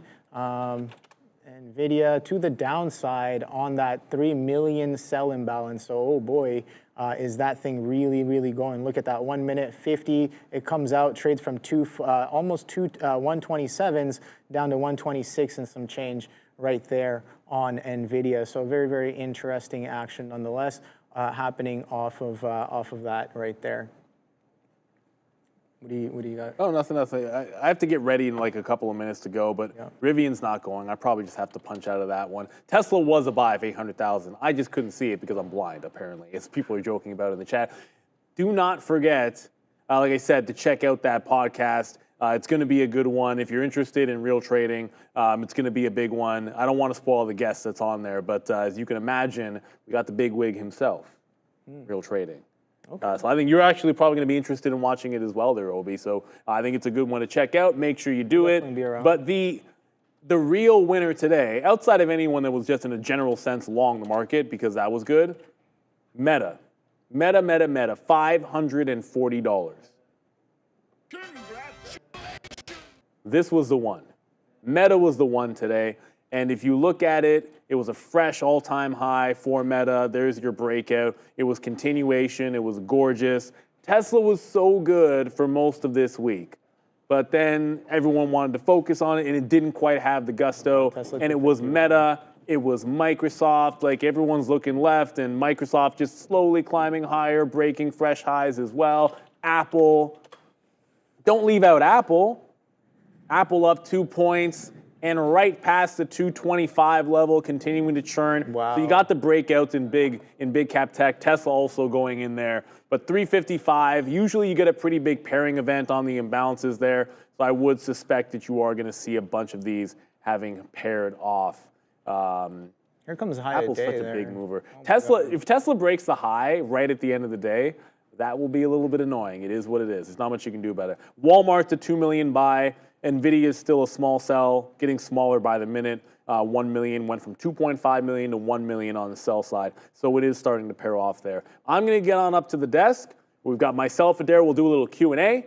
We'll have a little bit of fun. I'll have a few more sips of my brew. We'll do some roll call, all the fun stuff that you expect in the market recap show. So take him into the close, Obi. Yes, sir. And best of luck. I don't know if you're making any trades in the next 3 minutes. I may. We'll see what happens. We'll see what happens. Yeah. See you at the desk, everybody. Yeah. Thank you, Neil. Yeah. All right. So some aggressive action going into the close here on Tesla. I guess 251 and change. Incoming there. So yeah, Tesla. Oh boy, I was looking elsewhere. This market is absolutely crazy. We're getting more of that squeezing action going into the close here once again on Tesla. So the question becomes, oh boy. Let me just pull up the chart here so we can see a shorter time frame here. I'm looking at the 1 minute real quick as well. So yeah, take a look at that. The prior highs, high of day 250, 235s, and we came all the way back. So I did get long. I was long just above 250, but I punched out just before the imbalances. Now we're trading over a point away from some of those levels there. So not the best on my part there. But again, like I said, it is pushing aggressively to the high side. There's 1.4K lots sitting at 252, and we are running right for that level as of right now. So it's about 3 more minutes left in the trading day, and we're pushing some of those highs. So yeah, definitely missed opportunity on my part, not really getting involved with the Tesla on the rebreak of that 250 there, right after the imbalances kind of do their pairing event. We are pushing right back up. So it seems like anybody and everybody who kind of got involved with those options, if we're going to be trading above that 251, oh boy, are those participants getting paid as of right now on Tesla? So should be interesting to see again. The way we're going right now with only about, 2 minutes and 20 seconds left in the trading day, it seems like those 250 calls are definitely paying just a little bit on Tesla there. So let me know in the chat. I'll continue reading for a little bit to see what you guys have been trading. I know that there's been a lot of opportunities in the market here today for those who were patient enough to let some of these, let some of the moves come to them, right? 252s incoming as of right now as well. So quite aggressive squeeze. We talk about this thing. This thing has been squeezing back-to-back days going into the close as well. So that's something that again got to keep in mind. Got to keep into consideration there. Intel getting a little bit of a stacked offer and a bid going into the close as well. So interesting price action nonetheless there on the Intel. But 251.70s printing here on the Tesla. So could be interesting. We'll wait and see. We'll wait. We have packed our patience. Didn't really take the trade like I said I would, but it's not. I guess missed opportunity a little bit on my part. 50s was a great area to kind of interact with. 52s incoming as of right now. Very aggressive to the upside. So, oh boy, I got getting a little bit of FOMO here.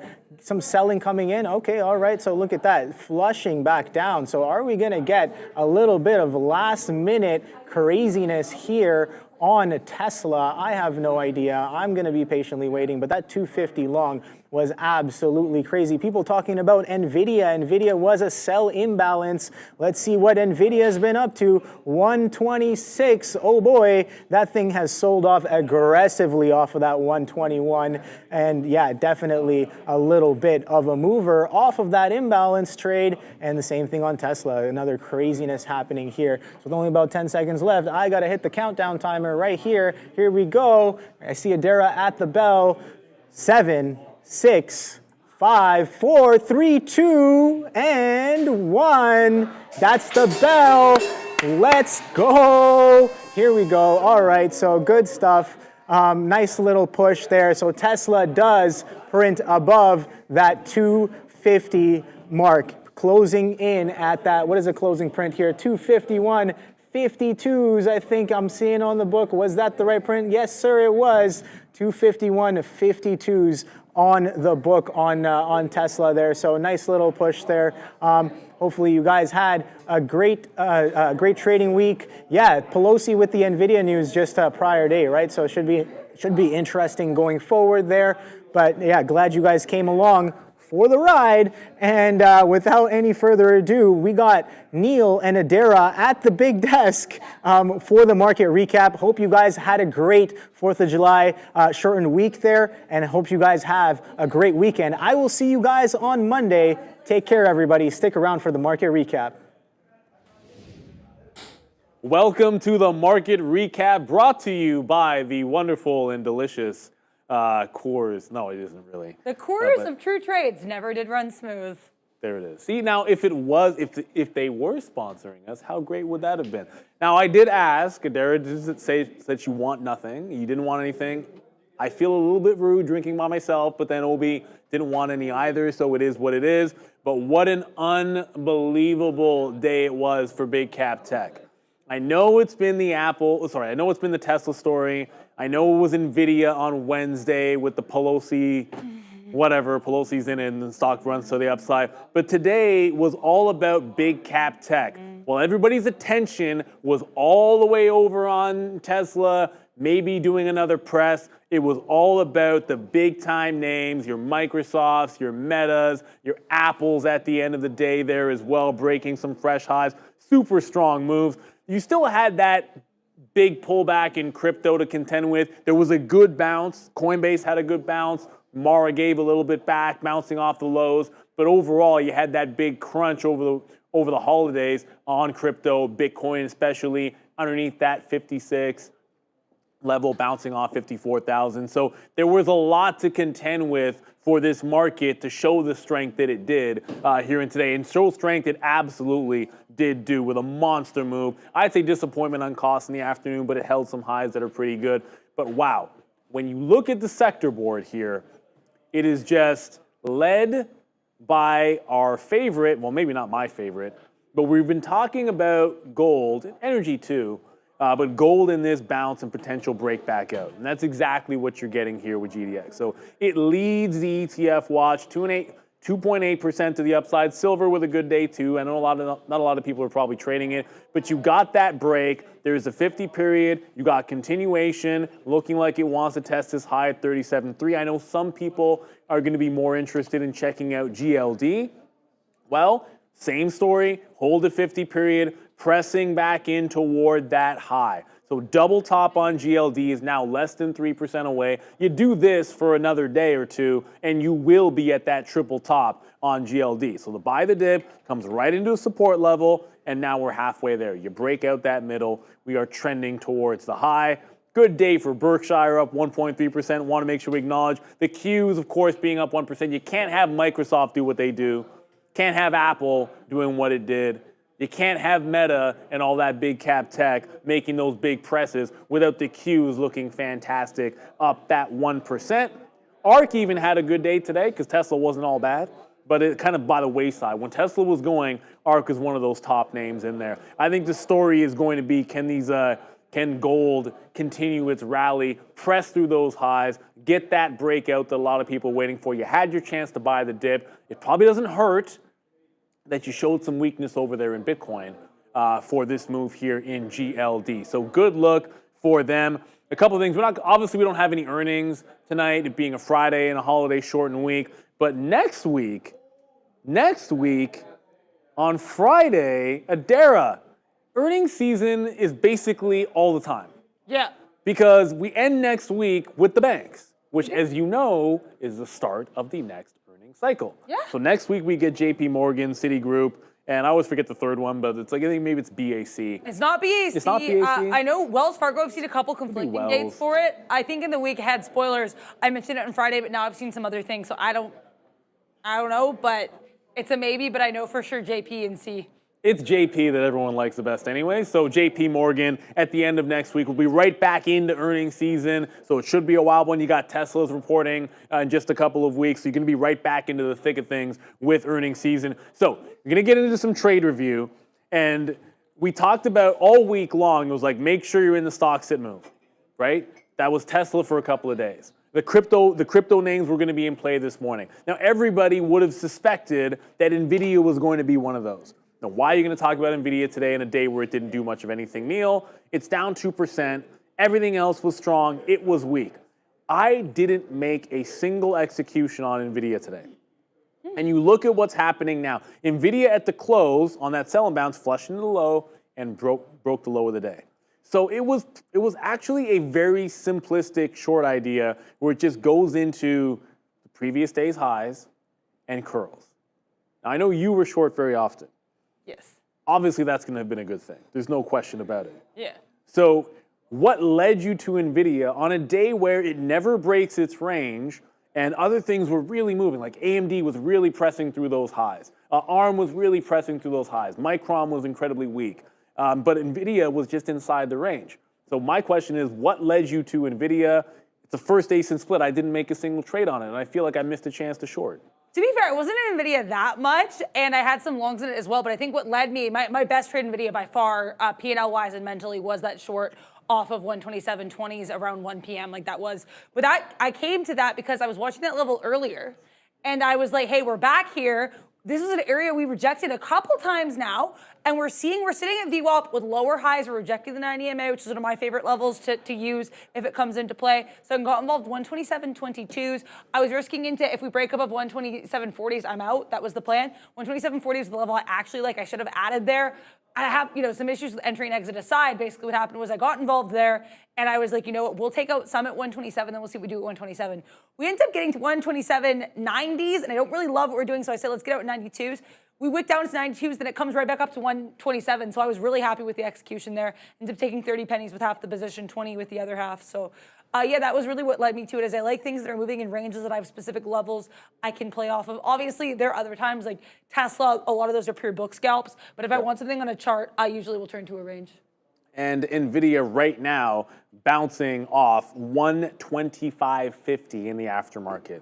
So still falling into the close, continuation, actually after 4 o'clock, still going into that downside. It was really, I mean, it was so different. Like AMD, we've seen this before. I mean, AMD would go down on days when Nvidia was running, and we'd see this vice versa. So it's not a humongous surprise, and we've been over this on AMD, where it was breaking a pretty significant channel. Now it's trend up anyways, the last couple of sessions, but breaking out that 166.5 level early in the day. And then more importantly, when you look at this thing on the daily chart, breaking the subtle downtrend that it was in on the daily. So I don't have the trend lines drawn here in Trade Ideas, but you can see, like, draw the trend line in there. It breaks out above the top. You had lower highs, lower lows on AMD. That's what made it special. So what you have to remember, and I'm not going to get into, like, you know, like buying the dips in AMD. It's kind of an easy thing to say. It was trending up all day long. We can review that. There's nothing that exciting about it. You bought dips in AMD, you won today. Simple. Great. Celebrate that later. Focus on next week. We've broken this trend, and it's just day one. So now you have a consolidation above it. What's next? 175 break on AMD. A dip back into the bottom of the trend would be holding 166. So when I sit down on Monday morning, or anyone who trades AMD sits down, first two places I look, break out that local high, 75. Break down, give me that trend resistance, which was at 66, 67, and then pull back into that for some dip buy longs on an AMD. And I'll throw Intel as well into that bucket where it broke a tight consolidation. So you want to play dips back into previous resistance. If this gets through 3250, Intel has been terrible. I get it. But if it's breaking this channel to the upside, have a good one, Fabian. Thank you for everything today, as usual.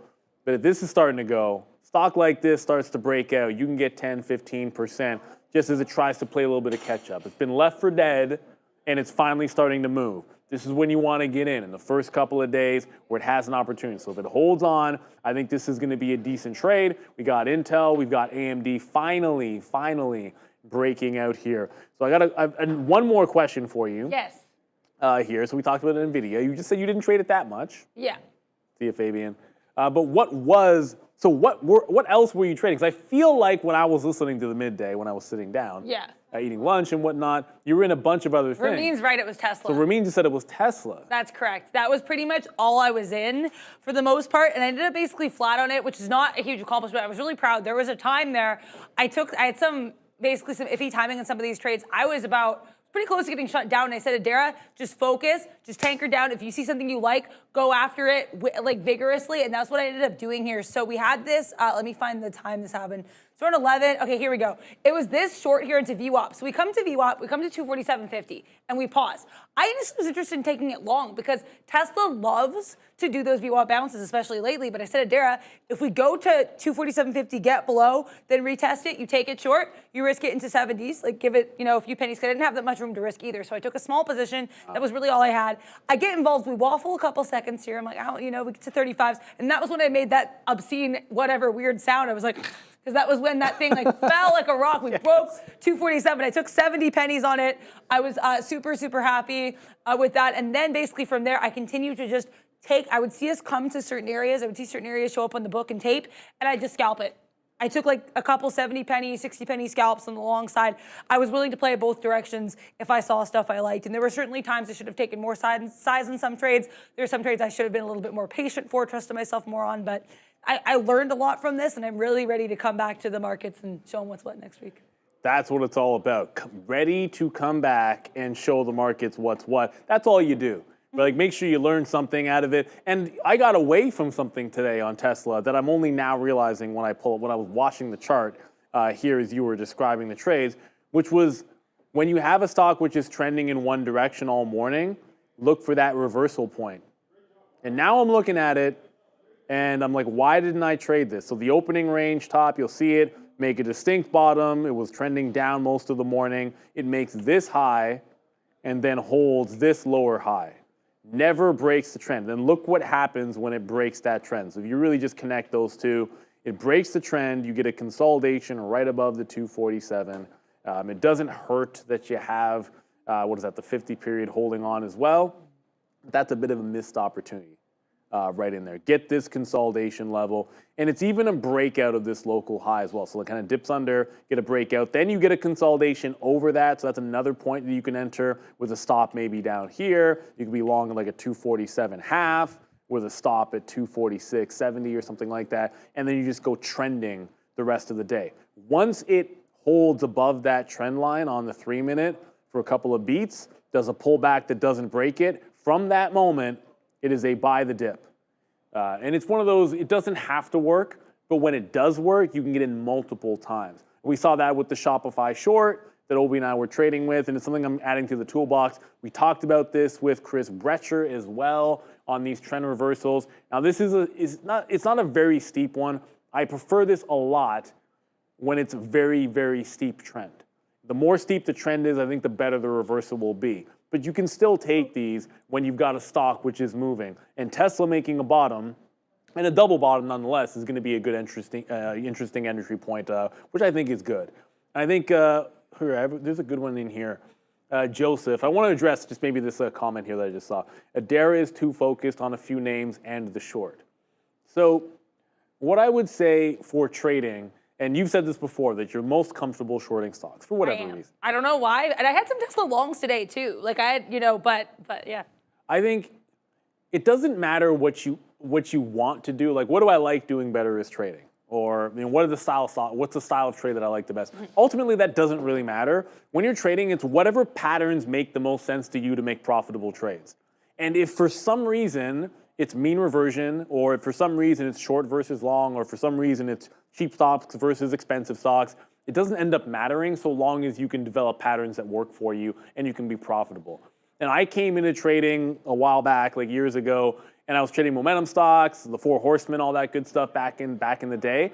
And I was okay, and I was profitable at one point, but I couldn't break through to graduation in my, I was profitable in my second month, but like I just hit this point where I wasn't making any more. And midway through my third month, they're like, take those same strategies and trade smaller cap stocks. And within 2 weeks, I broke through and graduated in that third month. It's like the same thing I was doing before, support and resistance and that stuff, and transferred it to stocks that were $1 to $5. That 2 weeks blew up, graduated. The next month, I added penny stocks to it, tripled my net, and next thing I know, I'm a professional trader. And I came in thinking I was drawing a bunch of trend lines and was going to trade Microsoft and Cisco and Intel. And this is 20 years ago, back when they were all good. But you just don't know what it's going to be. I didn't come into the game thinking that I would be depositing my first commissions as a penny stock trader. But that's what worked for me. So that's what I did until I developed other things. And so that you have to make sure that that's what you're all about there. Finch Jane getting the Four Horsemen reference, thankfully. I'm dating myself big time. So now it's the Magnificent Seven. I've heard of the Four Horsemen. Back in the dot-com boom, it was the Four Horsemen. It was Oracle, Cisco, Microsoft. AMAT might have been one of them. I always mix it. No, AMAT wasn't one of them. I traded AMAT, but it was Cisco, Oracle, Microsoft, and why am I always forgetting? And Intel. It should have been those four, I think. You guys can correct me, but I'm old. I forget some of these things. But we say when we don't have a guest, instead of Trader Talk, we'll do the Q&A. So if you have any questions for myself, Adara, I'm having Coors, we're going to have a little bit of fun with it. You can ask us anything you want, trading related, non-trading related. What is my favorite brew? If you care about it, let us know, and we can talk. I just continue to talk about the charts, and we can go over trades if you want. Apple and Tesla getting love, says Finch Jane. M. Kelsey saying amen. It's important. I want to just double down on that point for a split second, because I've seen a lot of traders. Sean and I have both seen a lot of traders over more than 20 years. It's not just the successful traders that we've seen, it's the traders that don't make it. I've seen so many traders who have talent, can spot winners, can trade and manage risk effectively, but are unwilling to move to something that might work better for them. And I'm not going to say names, but one sticks out who only ever wanted to trade the futures. And I think he would have done wonderfully trading a bunch of other things, just not the futures. I think he would have been fantastic trading in-play stocks. In-play, not parabolic movers, but trending, low float names, or just anything of that vein would have been really good for him. But the structure of the futures probably wasn't for this guy. But he was really smart, really dedicated, but he wouldn't shift off the one thing he came to trade. And unfortunately, it never worked out for him. I knew a trader that came and wanted to only trade currencies, which you can trade here at Real Trading, and he did it for years. He was okay, but he was unwilling to apply the same things to equities, which I think would have worked out well for him. Again, he had talent, he was super smart and dedicated, but he was not willing to experiment in other things and other styles of trade, which really did hold him back. D-Loaf, it's not Arun whatsoever. Arun came in with a focus, and he came in trading futures, developed a plan of action over 8 to 12 months in a sim, went live with it, and then hit the ground running. And he traded futures for a very, very long time. And anybody that can walk away from a prop floor where you're getting a payout at the end, you're choosing to go, I'll tip my hat to you, because a lot of people end up leaving a prop floor for the other reason. Right? They're not leaving with their last month them getting a check. And I think, that's a shout out to him. I think that's amazing. But I think everybody has to be willing to trade just whatever works for you, find out whatever pattern does work out there. So Adara asked Neil who owns KOSS. We already went over this. It's TAP. Molson KOSS, right? Well, yeah, we're getting back on KOSS with the Q&A. Oh, someone asked you a question here. Shout out to Trey Only. Neil Roberts, what's your favorite Rakim song? Oh, my goodness. That's not easy. I absolutely love, I love Juice. That's a tough one for me. Because, you know what? The reason why I'm going to say Juice is we always talk about, you think about the songs when you're in junior high and high school. Yeah. And maybe it's not the number one. Don't Sweat the Technique was fantastic, and most people probably say that one. But Juice, particularly, Know the Edge. Oh, I almost want to drop it right now. No, it was a group of friends that I played basketball with in junior high. And when the movie came out, it was just sip the juice. I got enough to go around. We would listen to that song for warm-ups when I was in junior high. That's awesome. And then after practice, we would listen to Rakim when we were walking home and just do stupidness. It's like, well, you got the juice, then you do this. And we would dare each other stuff, and we'd be like, do you have the juice? Yeah. And if you didn't, we used to do some nonsense. It was a heck of a lot of fun. Silky Smooth, that's my favorite Tupac movie. Juice? Is Juice. Not Poetic Justice or what other people might say, but 100% Juice. 100%. Really, really bad, I guess, what's the word? You're not going to get a very good learning experience from that one, although I suppose you could, but fantastic movie. I had a heck of a lot of fun. Tupac was in it. Omar Epps as well was in that one. Probably before your time, probably. Yeah, I'm familiar. I haven't seen it, but I'm familiar with it. I think I own it, so I just need to watch it. Yeah, I've got, good times. Guess I didn't know the ledge. Coming out of the building, they set me up. Sprayed with automatics, they wet me up. In a puddle of blood, lay close to the edge. I guess I didn't know the ledge. That's the joint right there. That's actually not a bad lesson. You take it to the extreme, eventually you have to know where the ledge get is. Wet up. Yeah. What else we got going on? Alvin, you're right. I can't say that out loud. Nice. What else we got going on here? Vanilla Man in America. What do you think about SPG? Buying for the long term and to get a dividend. What is SPG? Simon Property. So Sean's in this one.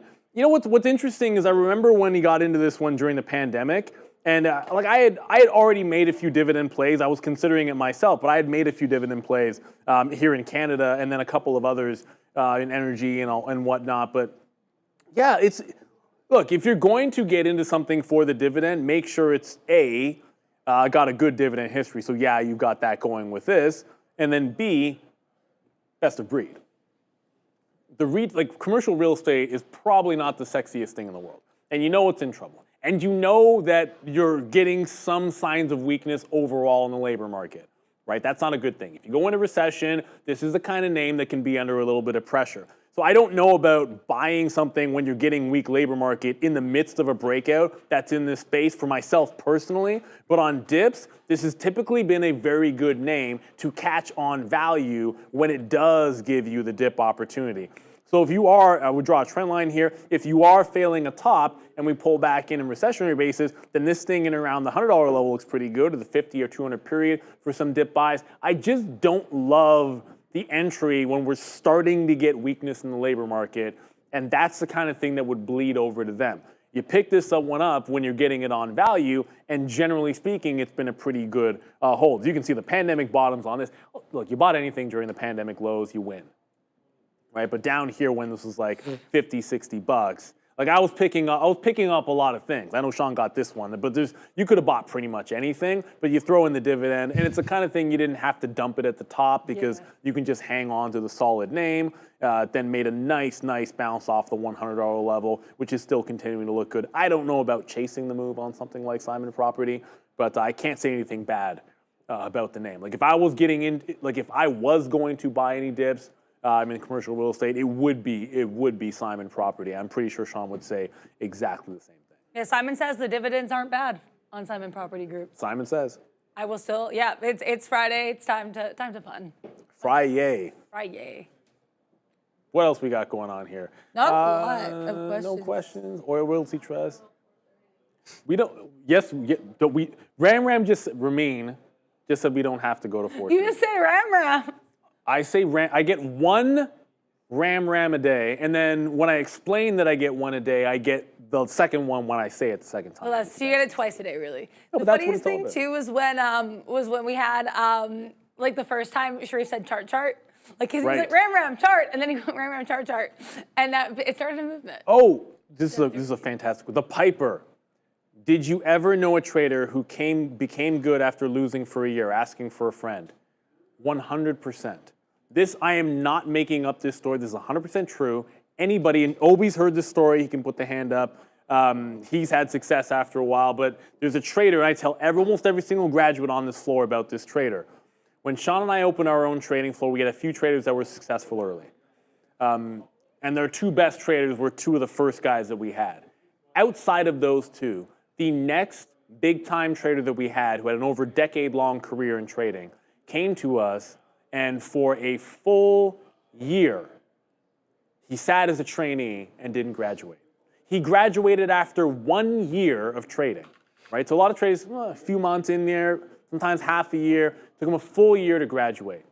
After graduating, in that next year, he didn't have any breakthrough.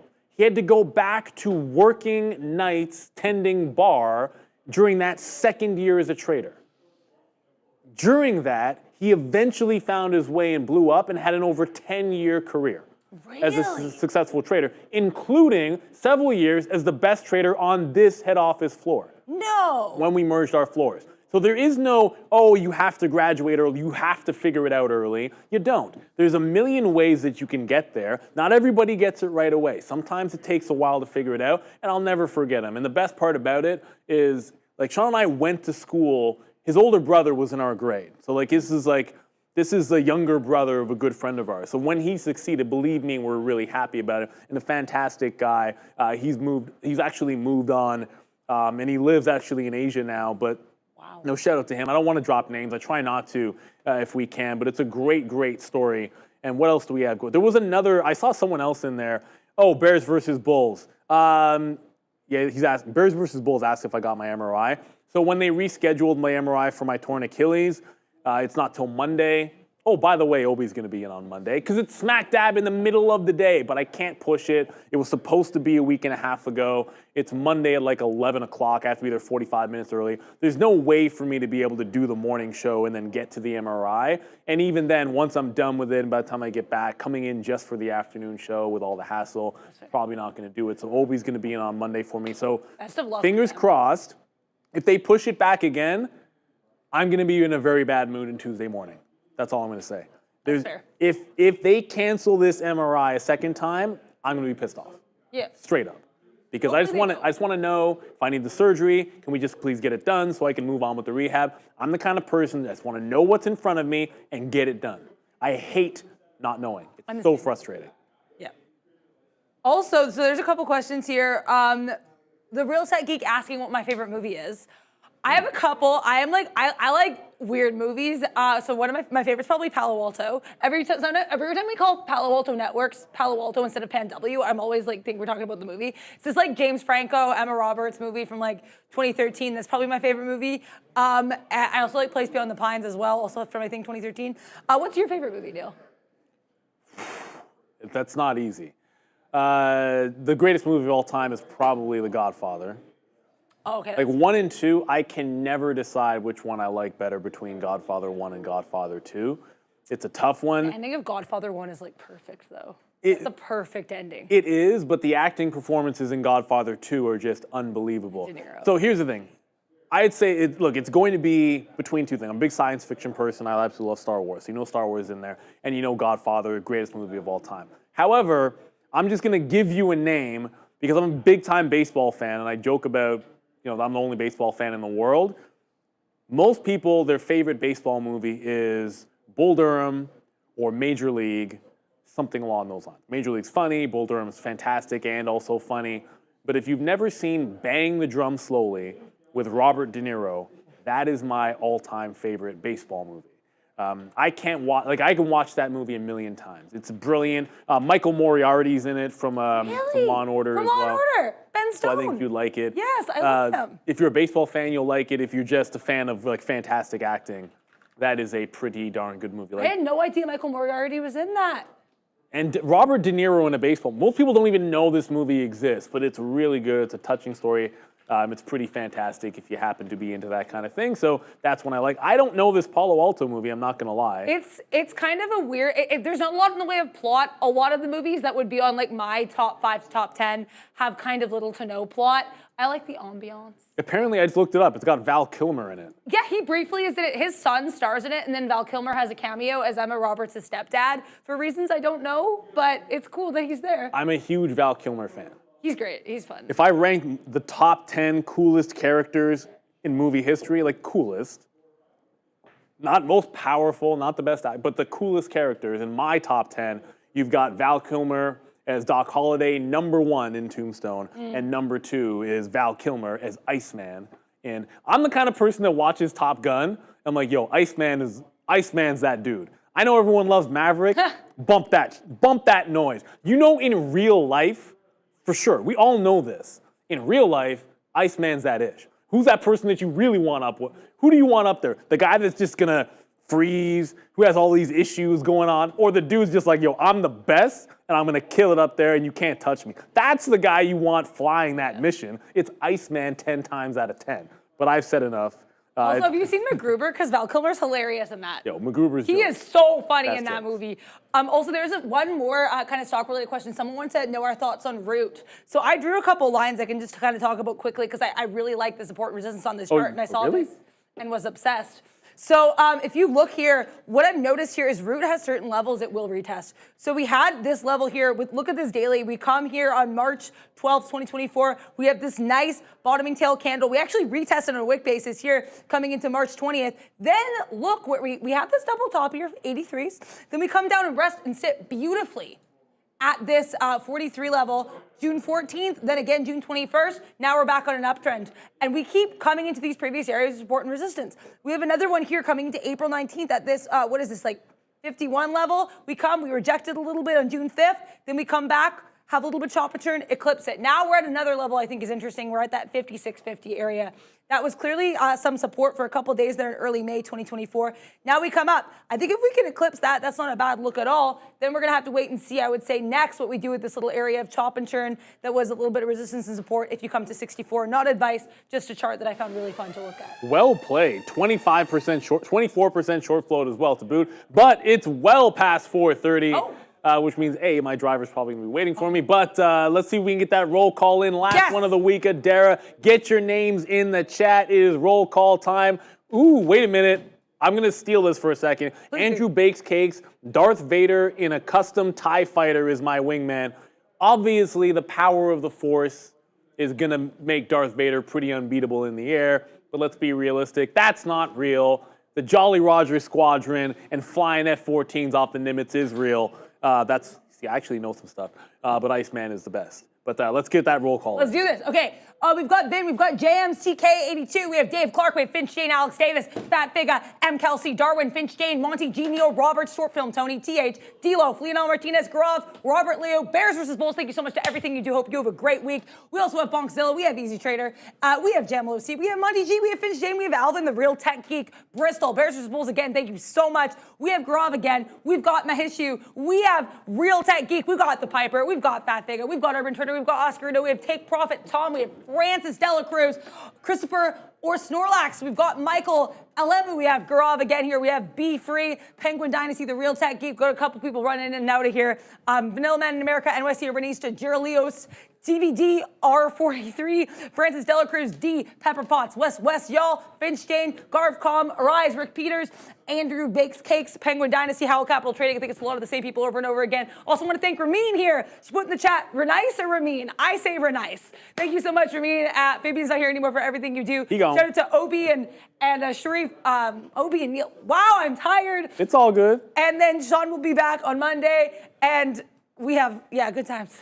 And don't forget to check out the Freedom and Wealth podcast dropping tomorrow. It is the Real Trading episode, so check it out. It's a great one. Special guest, I'm not going to spoil it, but the big man himself from Real Trading is going to be on the podcast. Great one in there. So make sure you check that out, dropping tomorrow morning at 10 a.m. Listen to it anytime you want. Have some fun, everybody. It's a fun week. Get rested. Be right back at it at 8:30. We got lots to trade. You got earnings season kicking back up with the banks at the end of next week and a heck of a lot of tech names that are breaking out some highs. So this is Trader TV Live. We'll see you at 8:30 bright and early Monday.